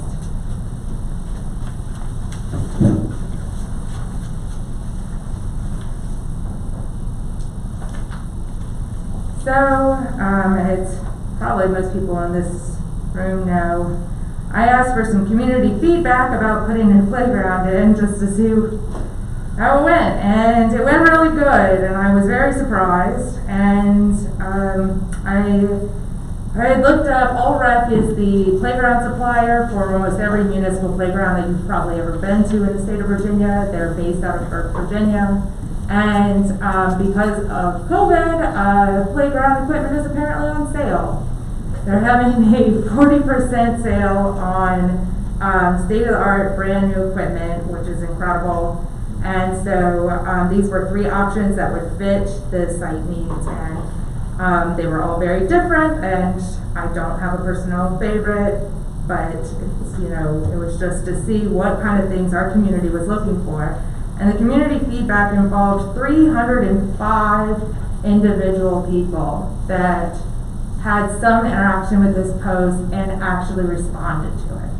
And that's not even all of them, because there were some that, like, after it gets shared, I can't track it as far, but I got real news, community news, CB stuff, all the public stuff I could get. 298 of them are positive reactions and responses. There were 7 negatives. So that is a 97.8% approval rating. And the negatives are not to be, ignored. Some of it was about cost, some was it about needs on the north side, which I do not deny are absolutely necessary, and take quite a bit more planning and land acquisition, which isn't going to happen overnight. And some people said that this current playground isn't used. Well, I don't agree with that, but okay. And then the things that did come in the positive comments were what the community is requesting in a playground, and that was overwhelmingly shade. Shade is a very important part of the location of something like this, picnic area and seating. There were also requests for handicap accessible equipment and swings, a toddler playground, since we have nothing for 2 to 5-year-olds. All of our equipment is for higher age kids than that. There were also requests for water play equipment and misters. I'm just sharing all the feedback because I think that's important, that they expect their voice to come here, and so there's an opportunity to hear that. Overwhelmingly, playground number 1 was a favorite. You can see the little pie chart. That was playground 1 is this cyan color. The little sliver is playground 2, and then the darker blue is playground 3. So I'd say, if we took a consensus, playground 1 was pretty popular. The logistics of this. Go to the next slide, please.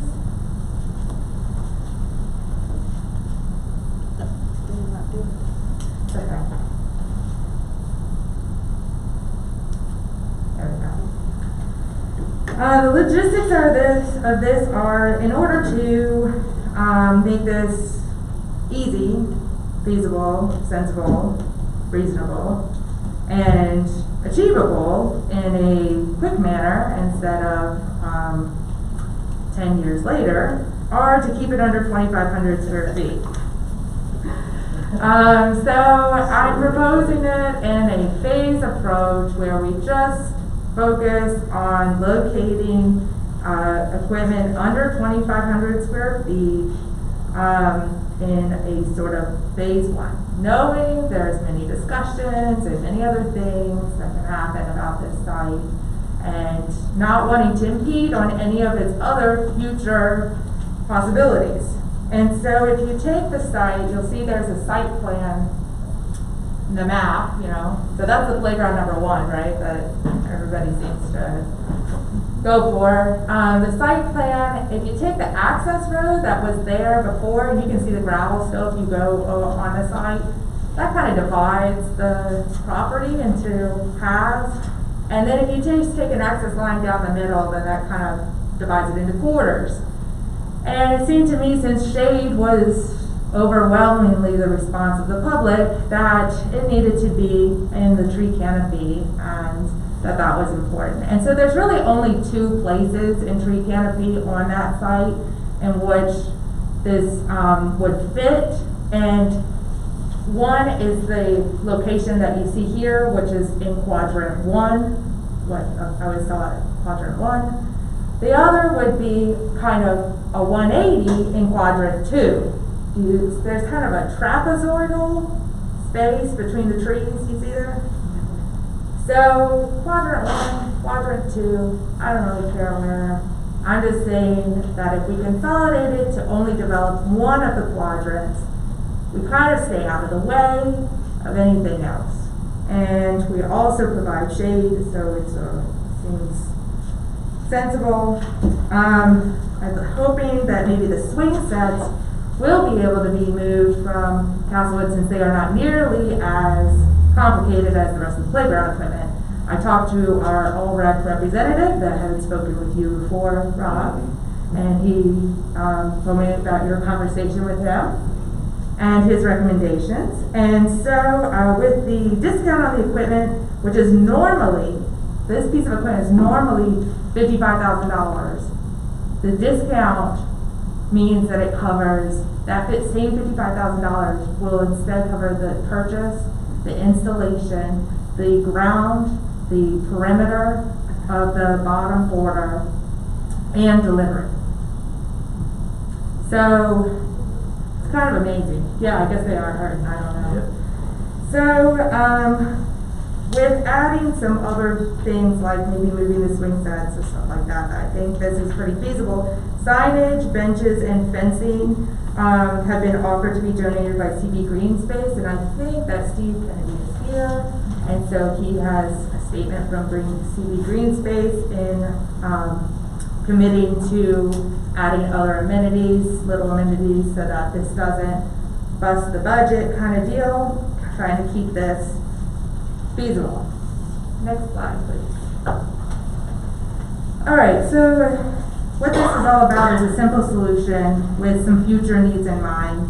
Knowing that this site, I would like to see it bring in revenue, whether that's as a venue, as I think, you know, some people vision, whether that's a business plan that maybe somebody proposes to us, but I think that we're trying to keep this as a simple solution to the real concern that we have at Castlewood, and to maintaining the amenities that we have in the town, which are limited as they are. But it meets comprehensive plan, feasibility, affordability.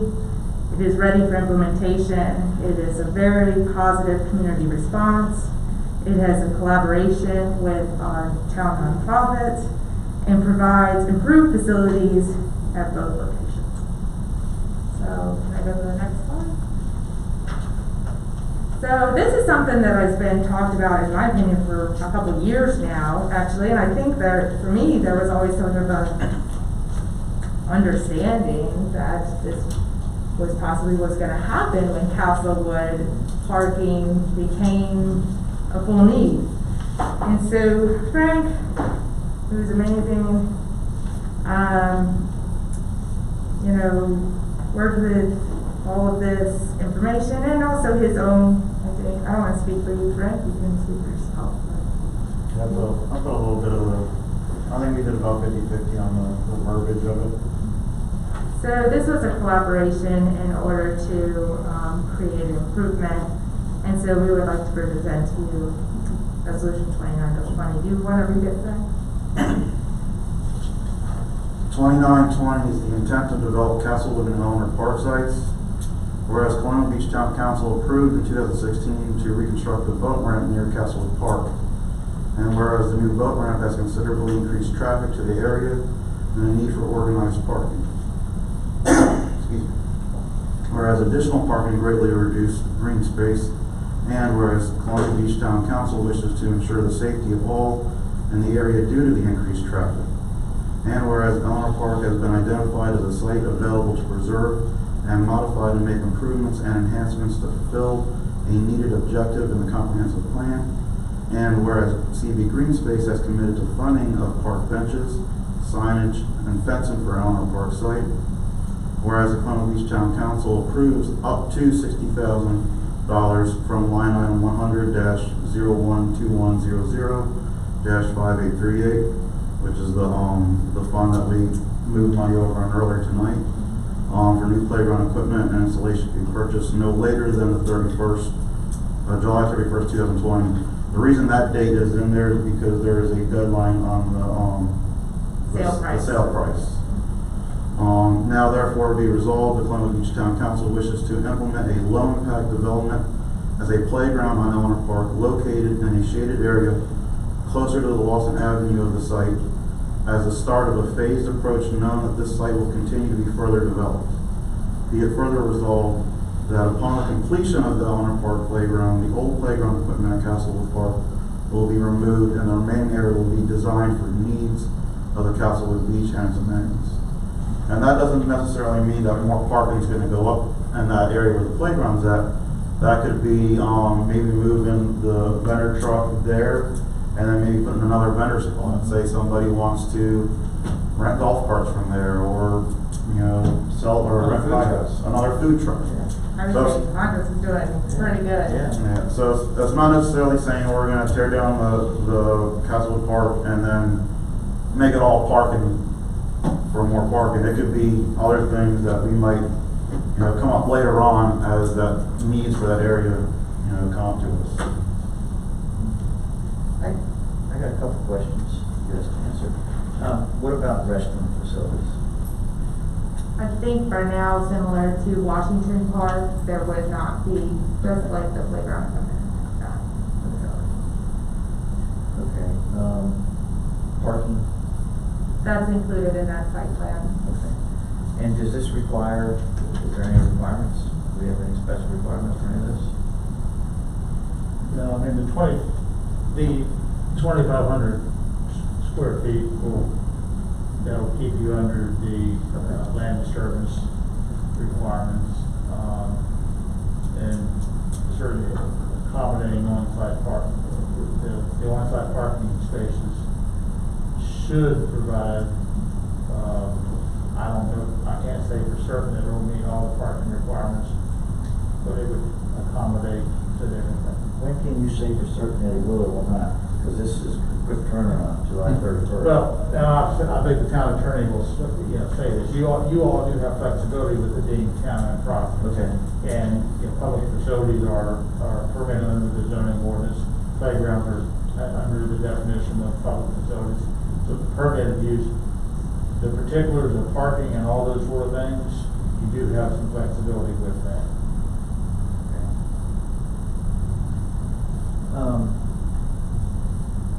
How much total land is, this is 2,500 square foot, how much total land, what percentage of this does this, Eleanor Park does this take Oh my up? God, like 3% or something. Okay. Like not even. Right. So this could actually be a feature for a future RV park or something like that. It could be a feature for whatever future happens there. My question would be is, now if you are considering an RV park, if you're gonna do that, then you have to consider your placement because of that. Because if we put something there before we develop now, and we decide to do an RV park, are we then gonna develop the same issue we have on Castlewood? Park was there first, the parking then came, now we have an issue with the park. So with those things, I mean, they kind of go hand in hand. We learned our lesson once. I mean, Well, I think the trees are probably more permanent than the park. to a certain extent, but I still think I still think that needs more thought as to, I mean, if that's a route we go, I mean, we have to know if we're doing that before we can do this. I mean, I don't in my want opinion. that route, which could take years to approve, to leave us with nothing at Castlewood and nothing in this when we have a sensible solution. I still think, I mean, I know I don't have the presentation here, I sent it out to council, I believe, a day or two after, with some recommendations to do to Castlewood, which included, fencing the entire park in, placing a gate on Esmond Lane with 6 spots along Esmond Lane for people to walk directly into the park. And it was all for about $7,000. It also included removing a slide and reducing the park space by another 30%. About 30%. Of what's left, of what's remaining. Well, I mean, even if we were to go with the Eleanor Park thing, what hurts with the Castlewood if we can fix it for $7,000? I mean, Well, I guess, does anybody use Washington, this park over here? that would be my next thing, is if we're starting to concern with that, I mean, we're on Washington, probably the second most traveled road in town. What do we need to do down there to fix that? I just worried that it won't be used. I mean, I think Eleanor Park will be used. I think the park will be used. But I think I don't think you can have both, Castlewood and Eleanor Park. I think that would be, obviously, that's not the intent here. But I just wonder how often does Washington get used, and does it not get used because it doesn't have shade? I think shade is a very important feature, and I think citing it as we did is extremely important.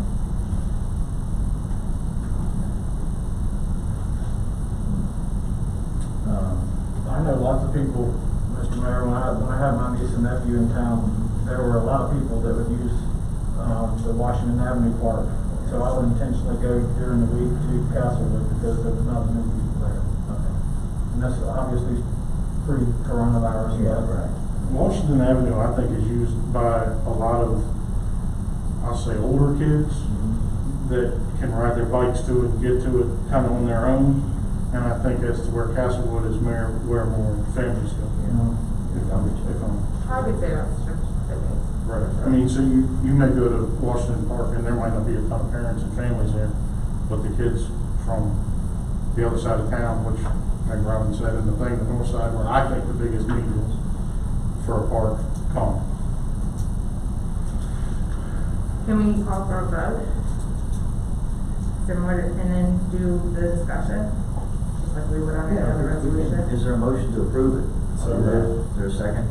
Second? So now it's up for discussion. Do you have any discussion, Frank? Like Robin said earlier, this is something that's been going on for a while now, and I think it's a small step to get the process started. And I think that's what we need to do, because there's a lot of times for anything that council does, where we say we have this big idea, we want to do this, we want to get it done, and then something always comes up in the way and blocks it. I agree. So this doesn't, hold back on the possibility of making the RV park or a different venue. As the slide showed up there, the whole bottom half, I mean, it might not be as many slots as Quinn pointed out for the RV park, but maybe like 80% of what he said, would still be available for that. So I think this is a good step to start. It shows that we are looking to move forward, not just constantly talk about things. So I think that's why this is a good start for the whole process. Matt? Just to add on to what I said, I mean, some of the things that I like are, I mean, it is a time, it's cheap. As in the playground equipment's on sale.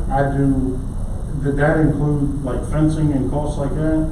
Oh, I forgot, Steve Kennedy is bringing CB Green Space in, and they already have donors for benches, signage, and all kinds of. Yeah, Steve Ryan.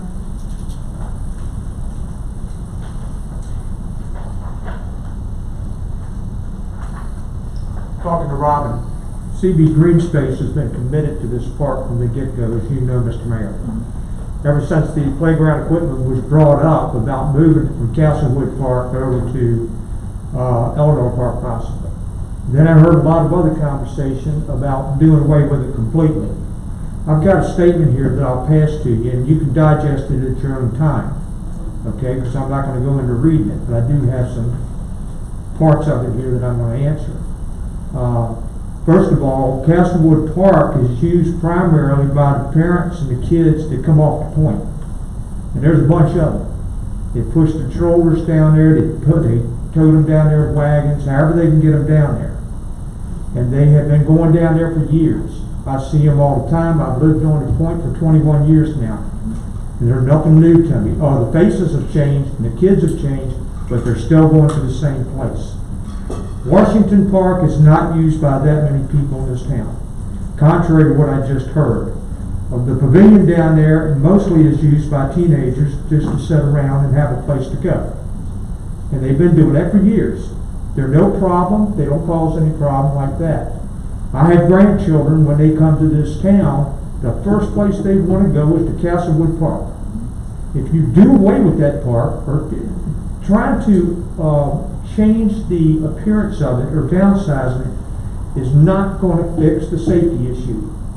And you can put parking places over on any street you want to. It's the kids that come off the beach and run through that parking lot where those boat trailers are now that scares me to death. It's a liability at this point, and that's the way I see it. Eleanor Park is an ideal situation. It's a win-win. I don't want to rain on anybody's parades that year, but 30 RVs in and 30 RVs out on any given weekend is going to be a logistical nightmare. In my opinion, I'm sitting back here listening to all this. I'm not a highway engineer by any means, but it doesn't take a rocket scientist in this town to look down at Monroe Bay and Irving Avenue, and you just try to get this image in your head of 30 new RVs coming in one weekend and 30 others trying to get out of town on those two roads.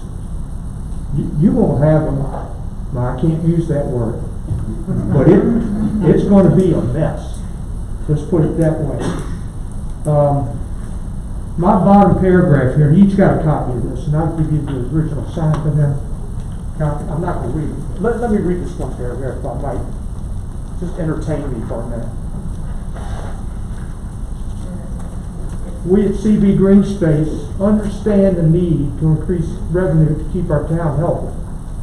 And when visitors see how our town has invested to improve the quality of life for our citizens, they will be more inclined to want to be a part of that culture by either many return visits, encouraging their friends to visit, or by investing in our real estate market.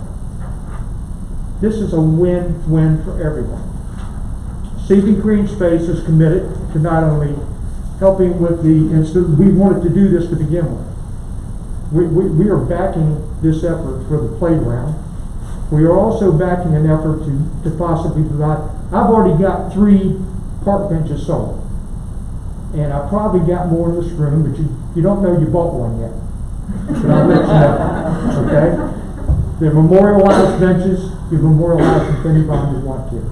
We were hoping maybe 5 to 6 with the town's approval. I've already got 3 commitments. We're talking about maybe possibly a gazebo. And this is all with the town's approval. I'm not sitting up here and telling you what you're going to do for me. I'm telling you what CB Green Space is going to put out the effort to accomplish for this town. And that's to preserve the green space down there. I love the RV park concept. I just don't see it there. I just don't see it. I don't think the town's roads have the capability of handling that kind of traffic. Some of these things are humongous, and that is a word, humongous. They're big, they're really big. It just, I think there's so much more that can be done. A nice pavilion, a place for us to enjoy, an attraction for future residents of this town, people that we want to buy into it. And so we're making that commitment to fundraising, whatever we need to do. And I have to answer this man right back here, because I'm part of the foundation too. And I'm not going to stand up here and make a commitment that I'm not going to live up to. So that's my spiel. Please read this and digest it. I'm for whatever betters this town, but I'm also for preserving all the green space in this town that we can. Because once it's gone, it's gone. You're not going to get it back. They don't make any more of it. And we need to preserve all we can. It pays dividends in the long run. Anything else? Any questions? All right. And I'll see you about the park bench that you're buying later on. Well, after yesterday, I can afford one. Huh? After yesterday, I can afford one. Yeah. Let me tell you how this man cheats at golf. He's about emptied my wallet out. No, it's a good man. Thank you. Okay. That's a lot to digest. Okay, so where are we at? We've had Still on discussion. Yeah, we're still on discussion. Okay. Anybody else? Dallas? Yeah, I'm in favor of going ahead and purchasing this equipment and putting it at the site. I don't want to disrespect anybody sitting here or anybody that works for the town, but from me being a retired police officer standpoint, a lot of things about an RV park tell me no. Steve brought up one of them, and that's the traffic. If you ever had the opportunity of being a police officer here, they not so much, but the county sheriff's office, the state police, and everybody else would end up out at the state park every weekend because of folks camping and disobeying rules. Sure, lots of alcohol involved. I don't know how often the sheriff's office has to go to Monroe Bay Campground, but I have had some friends bring their RVs here and stay over there, and they said, you know, they were not very pleased with some of the activities going on over there. I would question how many other localities or small towns actually run their own RV park. Interestingly enough, we're up here talking about this tonight because I believe it was last night or the night before last, there was an article on the evening news about just what Quinn said about everybody purchasing RVs. But it wasn't, part of that article was the boom of RVs. The other part of it was the people buying these huge RVs and flipping them in the middle of the interstate, and there's been a lot of people killed who are not trained to drive these RVs. The only campground, and I've done a lot of camping in my 44 years, which is not a long time, but the only one that I've ever been to that I thought was good was the one in Urbana, and that takes a heck of a lot of work. And I'd hate to know what the kind of money they spend to keep that place looking like it does, and they got tons of amenities. They got their own lake. They got their own restaurant. They've got everything there on site, and I think it would be. I just don't think it's a good idea, but that's that'll come in another vote at another time, and so my vote tonight will be to support this resolution. Okay.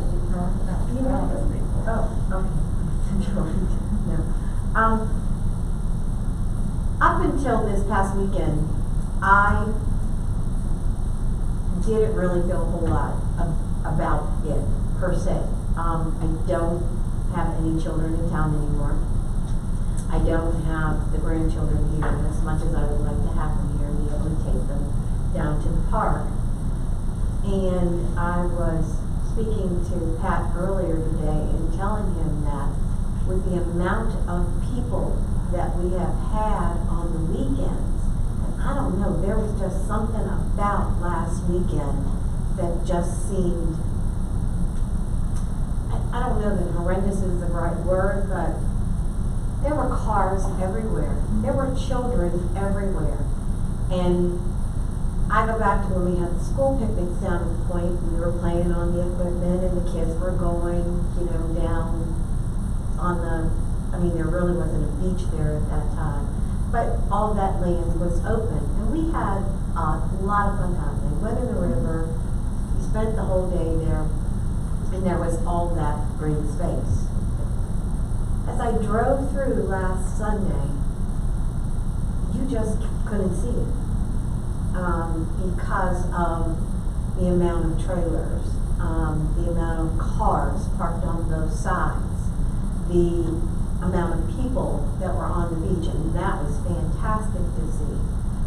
But I thought, oh my gosh, I'm amazed that we haven't had a kid run out in the street, or a pet, or just somebody trying to figure out where to park their vehicle.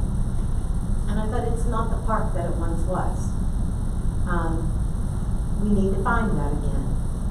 And I think this is the solution to finding that. And we do need something on the north side. But there is land up there that we can certainly find somewhere. And who knows where. So, I too am in favor of this. I think it's needed. Rob, since you do the RV stuff, cutting this piece of property out of the potential future, if it was an RV park or whatever it may be, how big an impact is that going to be on something like that? I mean, I know. Obviously going to reduce your spaces, but. Yeah. I mean, I know you guys said 30. Some of the places you go to have playgrounds anyway that you have. So as far as impacting it, it just depends on your atmosphere and what you're going to do. Some of the, I really do go to an RV park. I go to Wilderness. Wilderness is more like a timeshare. You can actually buy within it. Yeah. But you move between your locations. It has the lakes and things like that, and the pools. Yeah. The smaller RV parks are, on the other hand, just depends on what size you go to. You have all sizes. Some bigger than that area. I don't think it would really affect the use of it. It would reduce the number, if that was where you wanted to go. When you proposed, or when you said that there was as many as 30 pad sites or sites there, it reminded me of back when the trailer park was there. I think we had 33 trailers in there at one time. And it was, the front 2 rows, there was 2 rows in the front, and they were staggered, so you had a little bit of view, or not, just depending on what people built on the sides of them. But it was crowded. Yeah, it was.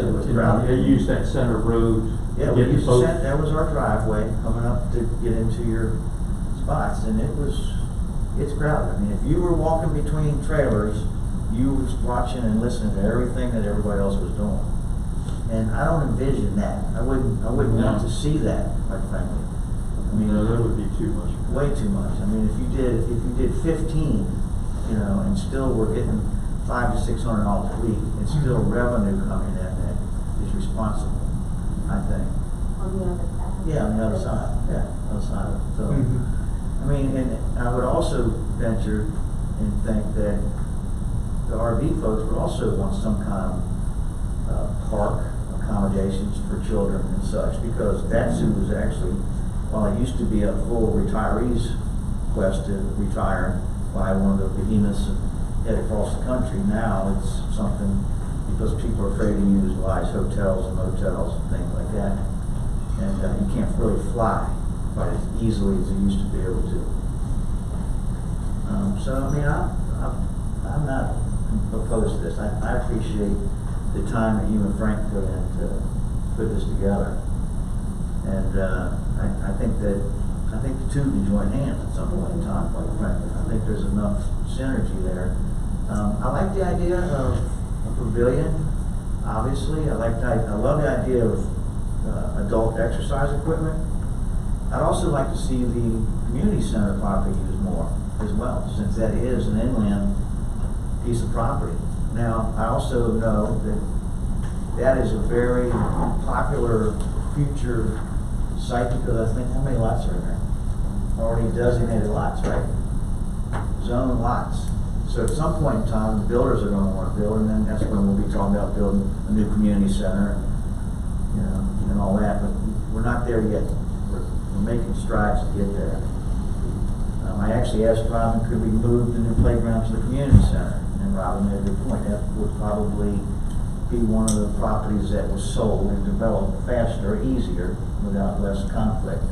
I think one of the reasons that Eleanor states being useless to us for a decade is that it's a very complicated property, and if you don't understand the complications of that property, then you can't appreciate why and what we have been through public hearing after public hearing.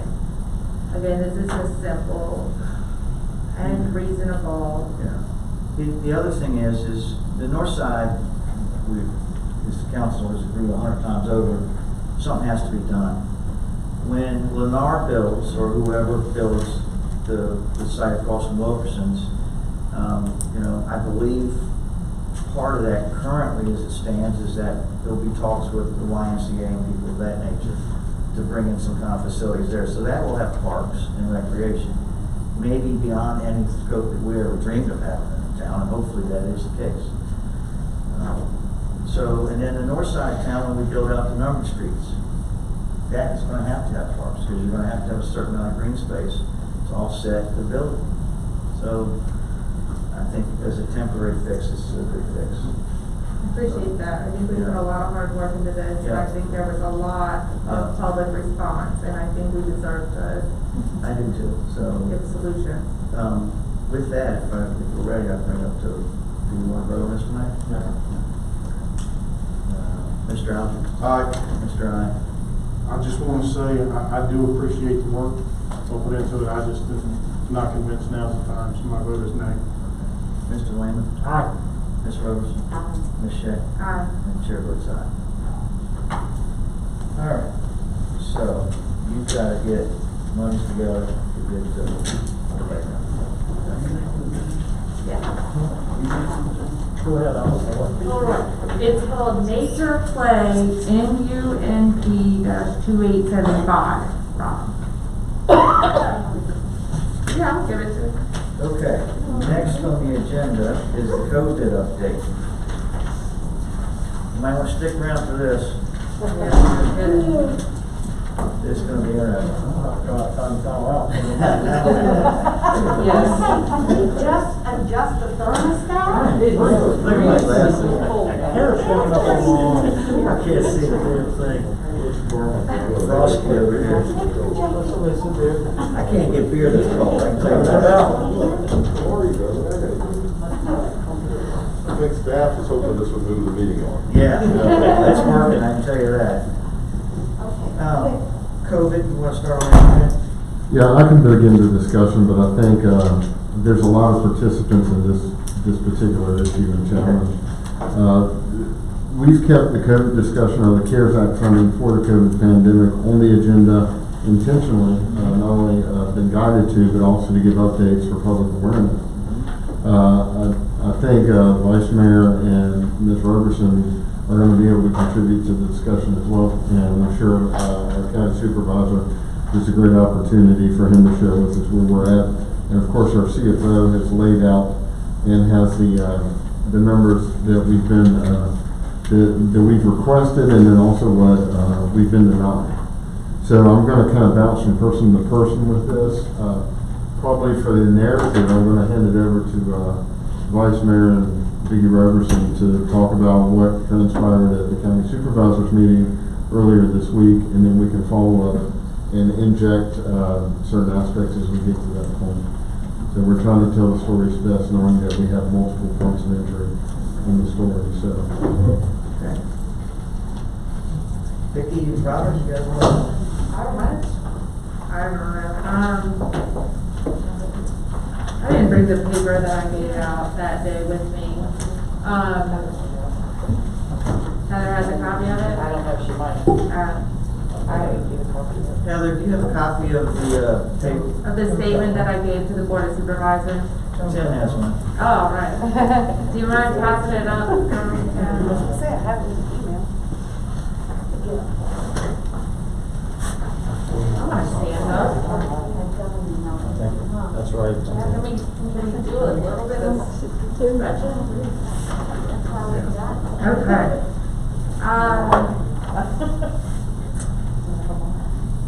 So Vicki and I volunteered to attend the Board of Supervisors meetings, and I think we'll be attending more meetings. And I attended a meeting prior as well, in which all of this kind of got started right in front of me, which created concerns that really the whole town government has. I think all of council and our town manager and certainly Lisa, CFO, and so we very respectfully addressed our concerns regarding the distribution of CARES Act funding to the town. Our concerns were as follows. The definition of the monies granted for the contract, a grant is supposedly given. Our contract does indeed say we were granted $313,000. However, the county is taking off portions. In fact, they're taking off 19.92% of our money every time they spend money. So, what does the word granted then mean? A similar, we also presented an agreement similar to Kinsale, that they have an agreement with Northumberland, which takes ownership and responsibility of your town CARES Act money and provides compliance of the grant funds to transfer liability from the county to the town. One of the things they're saying is that, well, the county's going to be held liable by the state, so we can't give it to you because you might mess it up. So we are proposing a legal agreement that says that we will ensure that we will not spend these funds in any inappropriate way, and if we do, that we are then indeed responsible for them. The next is that the amount of it in the 2010 census, which was the last official census conducted, we were 20.29% of the population of Westmoreland County, yet they are only giving us 19.91% of the funds, which are indeed based on population. So I'm not really sure why they would use a different number. He says the state told him how much it was going to be, but I haven't seen it in writing, so I look forward to getting that response. The categorization of funds, explanation, the CARES Act outlines a procedure for trickle-down effect to localities, taking portions and separating out as remainders as an individual taxpayer. I pay federal taxes, state taxes, county taxes, and town taxes. Why would then I not receive benefits from all four of those entities? Rules for reimbursement of receipts need to be clarified. It seems that it's okay for some people to do this and not us. The Aging and Social Services were approved funds based on a 6-month forecast, and yet our programs were denied. They said that this was a reserve of funds, so now we have requested to reserve the funds and use the same language. Maybe that will fix that. The hazard pay was this amount based on hours worked, backdating, future hours, what hours, how much, and how is it distributed to the employee? And we had those questions because of the discrepancies with the I enact the hazard pay policy, but it's retroactive, but when's the date, but when did you actually do it? And then all of a sudden everybody gets a check. So, I'd like to figure that out. And then sharing the spreadsheet breakdown of all our already allocated portions of the town grant. Now, they did do that. They did share their spreadsheet at 4:49 PM before a 6 PM meeting the same day. And they didn't share it with me or Vicki, who knew we were coming to speak about this. So, anyway, I'm sorry if I sound, I'm frustrated, and I'm worried that I don't know what we're gonna be able to do about it. And if I could jump in just to kind of supplement some of that. So Vicki and Robin were able to present effectively some of the grievances that Jim Cornwall and I have discussed here over the last month or two and our concerns. And then later on in the meeting, it came out that out of the $314,000 that we're supposed to receive, the county has effectively already used $100,000 of that for county level activities. So based off of the philosophy that they're operating under, they felt that because we're county citizens, even though we have been segregated out as a town receiving our own individual monies, that it was okay to go ahead and take that money off the top. And as Mr. Trivett has repeatedly expressed his concern here in this venue, that it seems to be a kind of first come, first served basis. And when Robin and Vicki asked for us to be able to enjoy the same type of reserve for future labor costs, because this money inevitably is supposed to last through December, because there's no guarantee of additional funding, and the discrepancy of some people get the reserve but others don't, I felt that was left unanswered. Or I don't really think that the county provided a significant response to it. Correct me if I'm wrong. I know you had an opportunity to speak to the county's administrator after the meeting, but if I didn't get that correct, please let me know. When he met with us afterwards, it was, in my opinion, simply to go through some of those numbers again. Is that how you feel? Yeah, I think he was kind of trying to quickly answer the concerns on the spot, but they were going into closed session and had to be called into closed session, so it was not really an appropriate time to go through all the responses. So I didn't ask for them to volley back and forth with me. That was not the intent, nor do I want that to happen in our meeting or any other, municipal meeting. But just to present the concerns formally so that they can take the time to review them and then get back with us. So I do think that we should have some follow-up, and Norm was agreeable to setting up a meeting. So that's the next step in my opinion. Now, for council, I've been working under the assumption based off of previous conversations Jim and I have had in this forum that we just continue to reach out to the county in discussion format for purposes of resolution. But there was some unique stuff that once Lisa, because we did get the document late, there's some unique stuff that I think she would like to talk about as well. Some of the expenses that the county's charged off that we have questions about. So I'm just going to let her kind of supplement. Okay, so the county has already agreed to reserve money for social services and to pay 6 months worth of hazard pay, among other things. We had asked for funding to come to us to keep our beach ambassador program going, to keep our sanitation crews out there on the weekends on the beaches, and to also fund a park attendant program so we can open up Torrey Smith Park.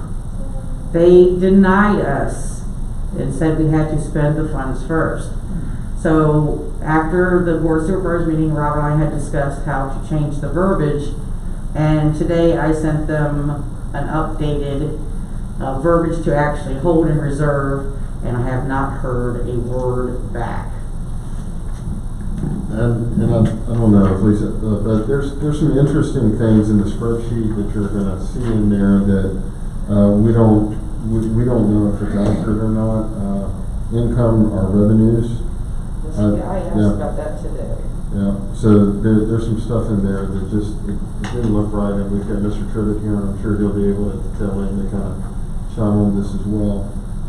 Frankly, I'm concerned. It's one of the reasons why at first glance it might seem trivial, 20 or 30 spots on an RV park, but we're getting ready to commit and already have committed a ton of labor with COVID going to mess with forecasts. It's just simply going to mess with the forecast. So I'm looking at revenue streams hot and heavy, anticipating that if we do receive the money from the county, it's not going to be through the easiest path.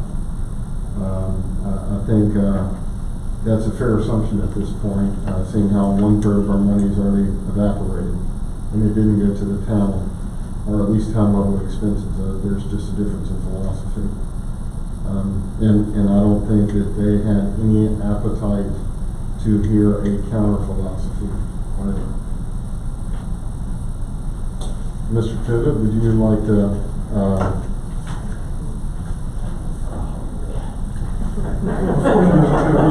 I'm so glad to get up. As a chair, you need the new chairs in here. That one's wore out. I just want to briefly say that y'all are privileged because you got the document before I did. I got it at 6 o'clock when we opened the meeting. So, and that's what seems to happen every month, that I get stuff that I'm there to vote on. And for those of you that were there know that I voted against this document for that fact, and I'm going to start probably doing that with a lot of other things, for the fact that it's not fair to be given something and then have to vote on it and know about it when you arrive. There's no reason why I can't get this electronically when it's created.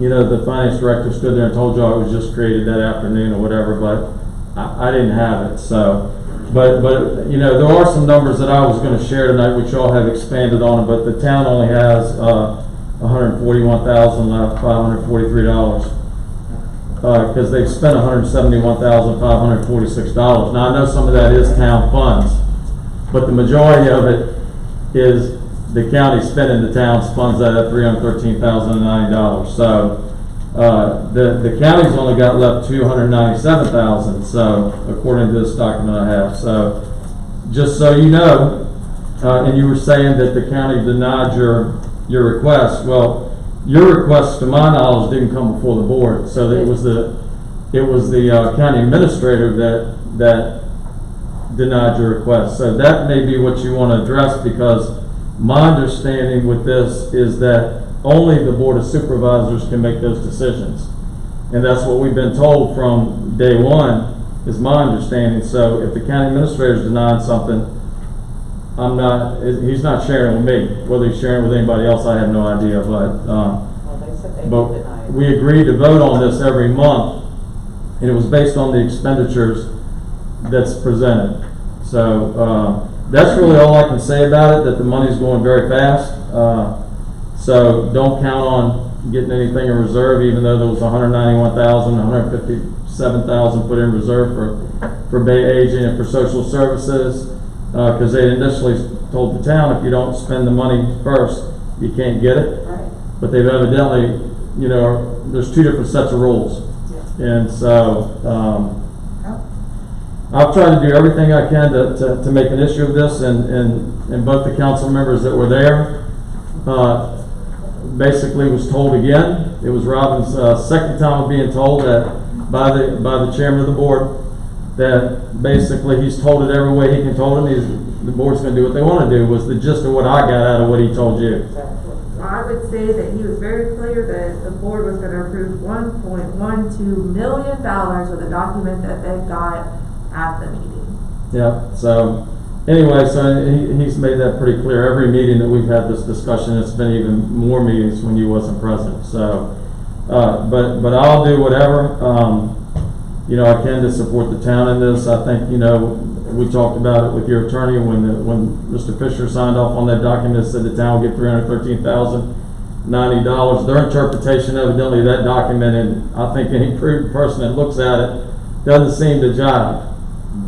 I would think. I mean, I'm not as educated as a lot of those people down there, but I'm just telling you, when you sign a document, you do a resolution, that's what it says. I just don't see how you can see it any other way, but somebody's seeing it another way. So Having said that, that's, unless you have any other questions about that money, I would say is probably by the next meeting, within the next 30 days, will probably be gone. If they don't allow you to put some in reserve. But we did approve from July 1 to December 30th for the hazardous pay. But that may come out of the current budget, you know, if there's none of that money left. But is there anything else on that you want to? Can I make one comment? Yeah. I want to make clear my position on this matter.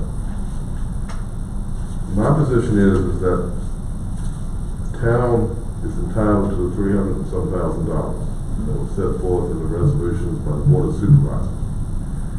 I don't care where that money comes from. And when you say that they're spending the money and it won't be there, that's not my view. My view is we're entitled to $300,000. If it comes out of Westmoreland's general fund, or if it comes out of the CARES Act fund, I don't really care. I think the town's position is it's entitled to $300,000. If we let them spend whatever they want to spend, we're still entitled to $300,000. Now, I share Ms. Schick, Ms. Robinson's, and Mr. Truitt's frustration. I appeared in front of the Board of Supervisors to ask them to pay what is owed under the contract, the wastewater contract.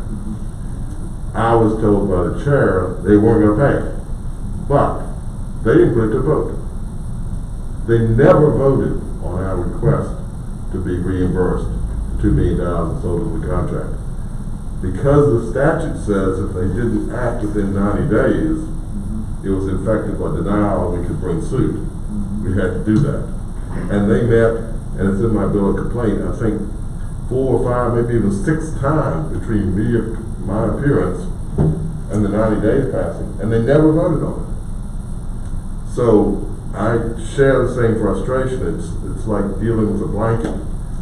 You put input, but you never, other than no, you get nothing back. One thing I have a question, Tim, is it sounds to me like once again procedurally they're not following Robert's rules or any other guidelines required by the state by having these items on the agenda. It was not on the agenda. None of these items have been on either Advertising agenda. it, legal advertisement, news, press, media, whatever. And so, Jim, is Well, I'll just tell you that anybody. Is it even at the end of the day? If it's not legal, is it binding? Is the question. I'm assuming, without being at the meetings, that they take votes to approve these things. We do, and any expenditure, is my understanding, has to be advertised, and I know that anybody can file a writ of mandamus with the court, and hold the board accountable. I'm not going to do that, even though I could do it myself, but I've got to work with them. Yeah, I understand. And so, if people object to what's being done, it's just like the special meeting that Robin was at, and she even questioned it about. She came there to meet the town council of Montrose. The only thing on that agenda was a special meeting to discuss a development. And then we came out of that meeting and voted on numerous things.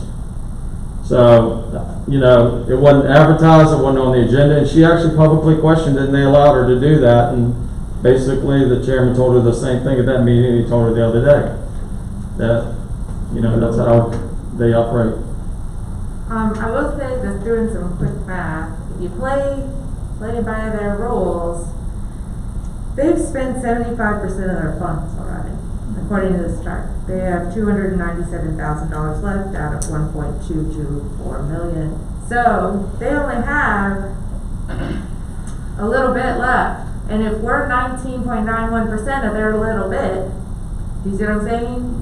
Then they can only take from us $59,000 more dollars.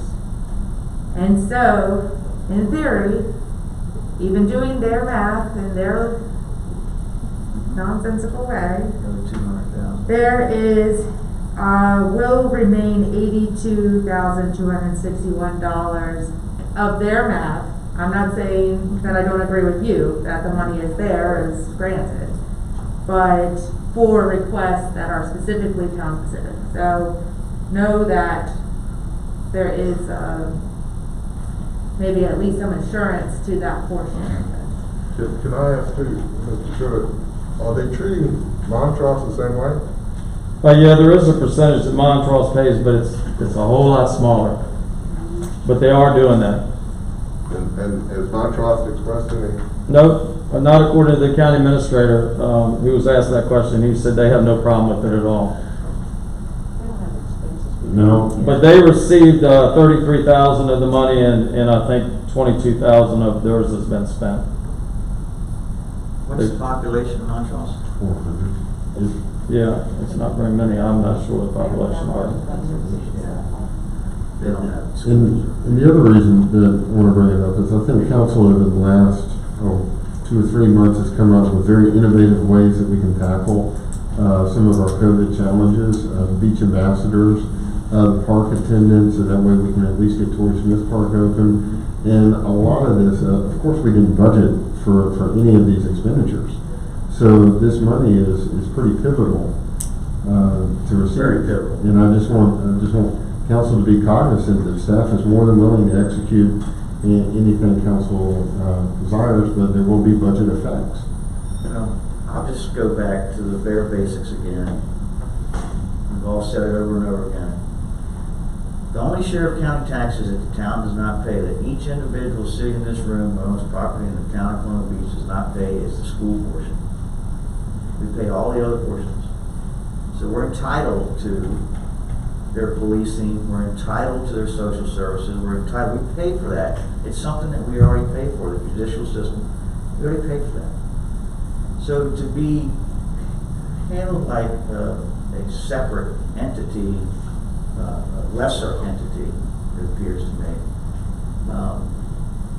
and they know that we have a school system, that we are an independent town, we have our own government, form of government, and our own, and actually we swell to 10 to 12,000 people every weekend now.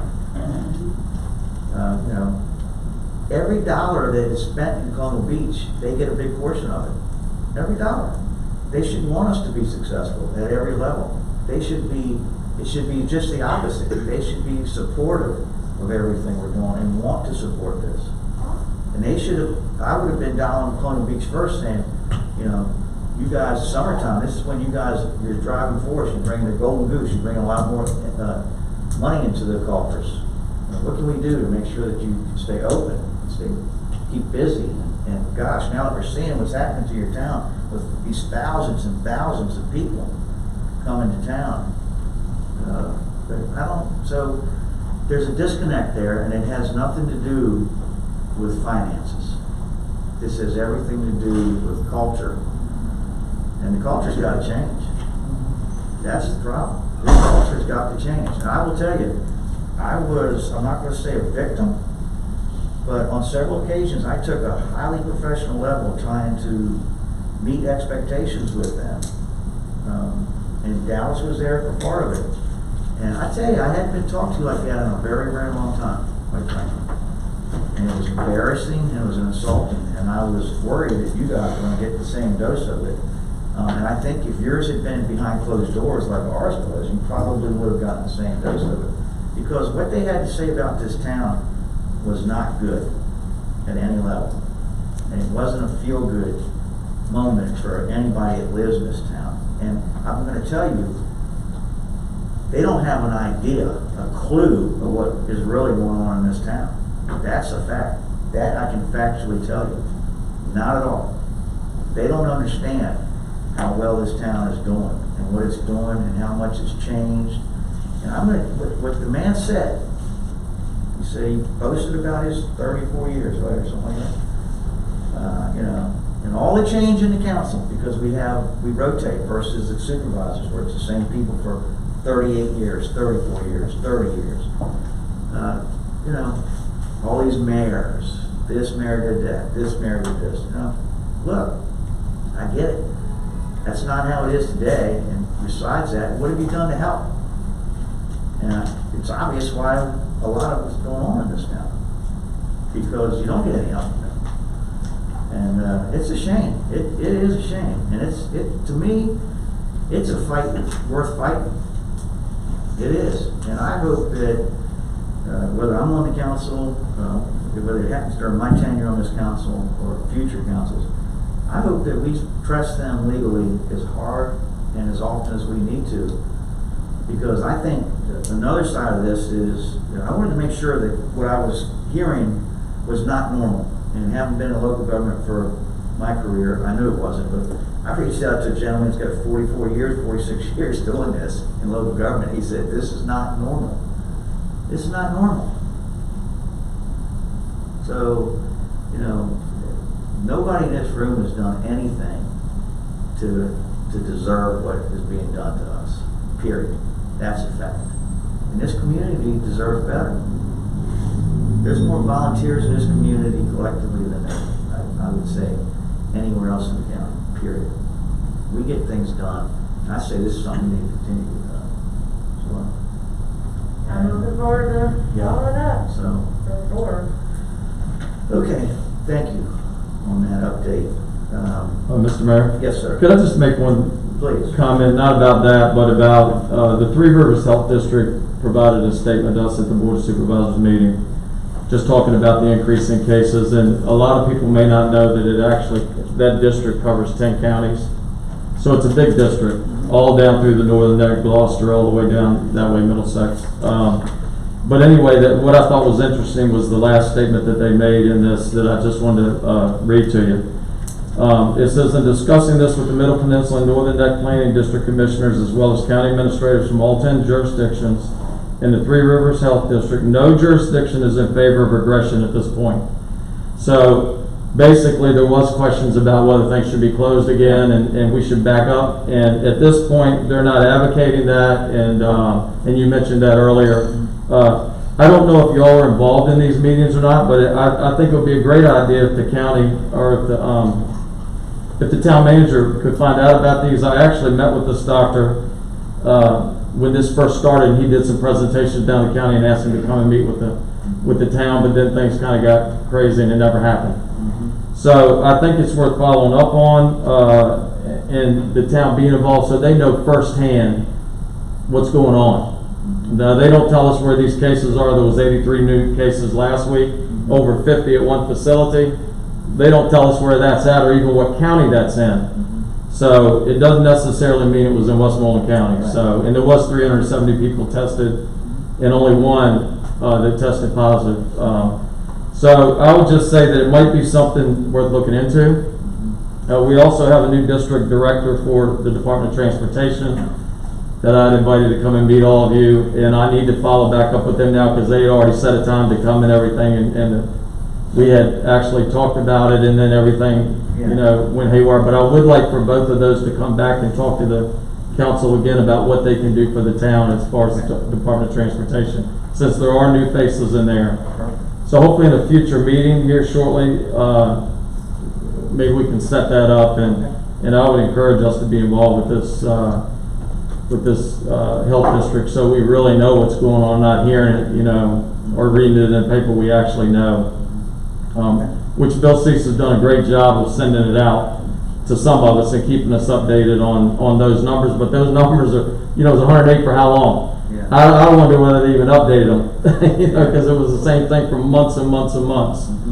So anyway, I just wanted to tell you that. Thank you, Tim. And thanks for everything you're doing, Tim. We see it, we know you're doing it, we know that you're working for us, and we appreciate that. Well, I just tell you it is frustrating. Yeah. So, I'm sure. but you know, I'm trying my best to have a good relationship with the county and with the Board of Supervisors. You know, they've all said they're leaving as soon as the new school's done, including the county administrator, the assistant county administrator, and everybody. So I suspect when that school is finished that it may be a whole new government the way it sounds.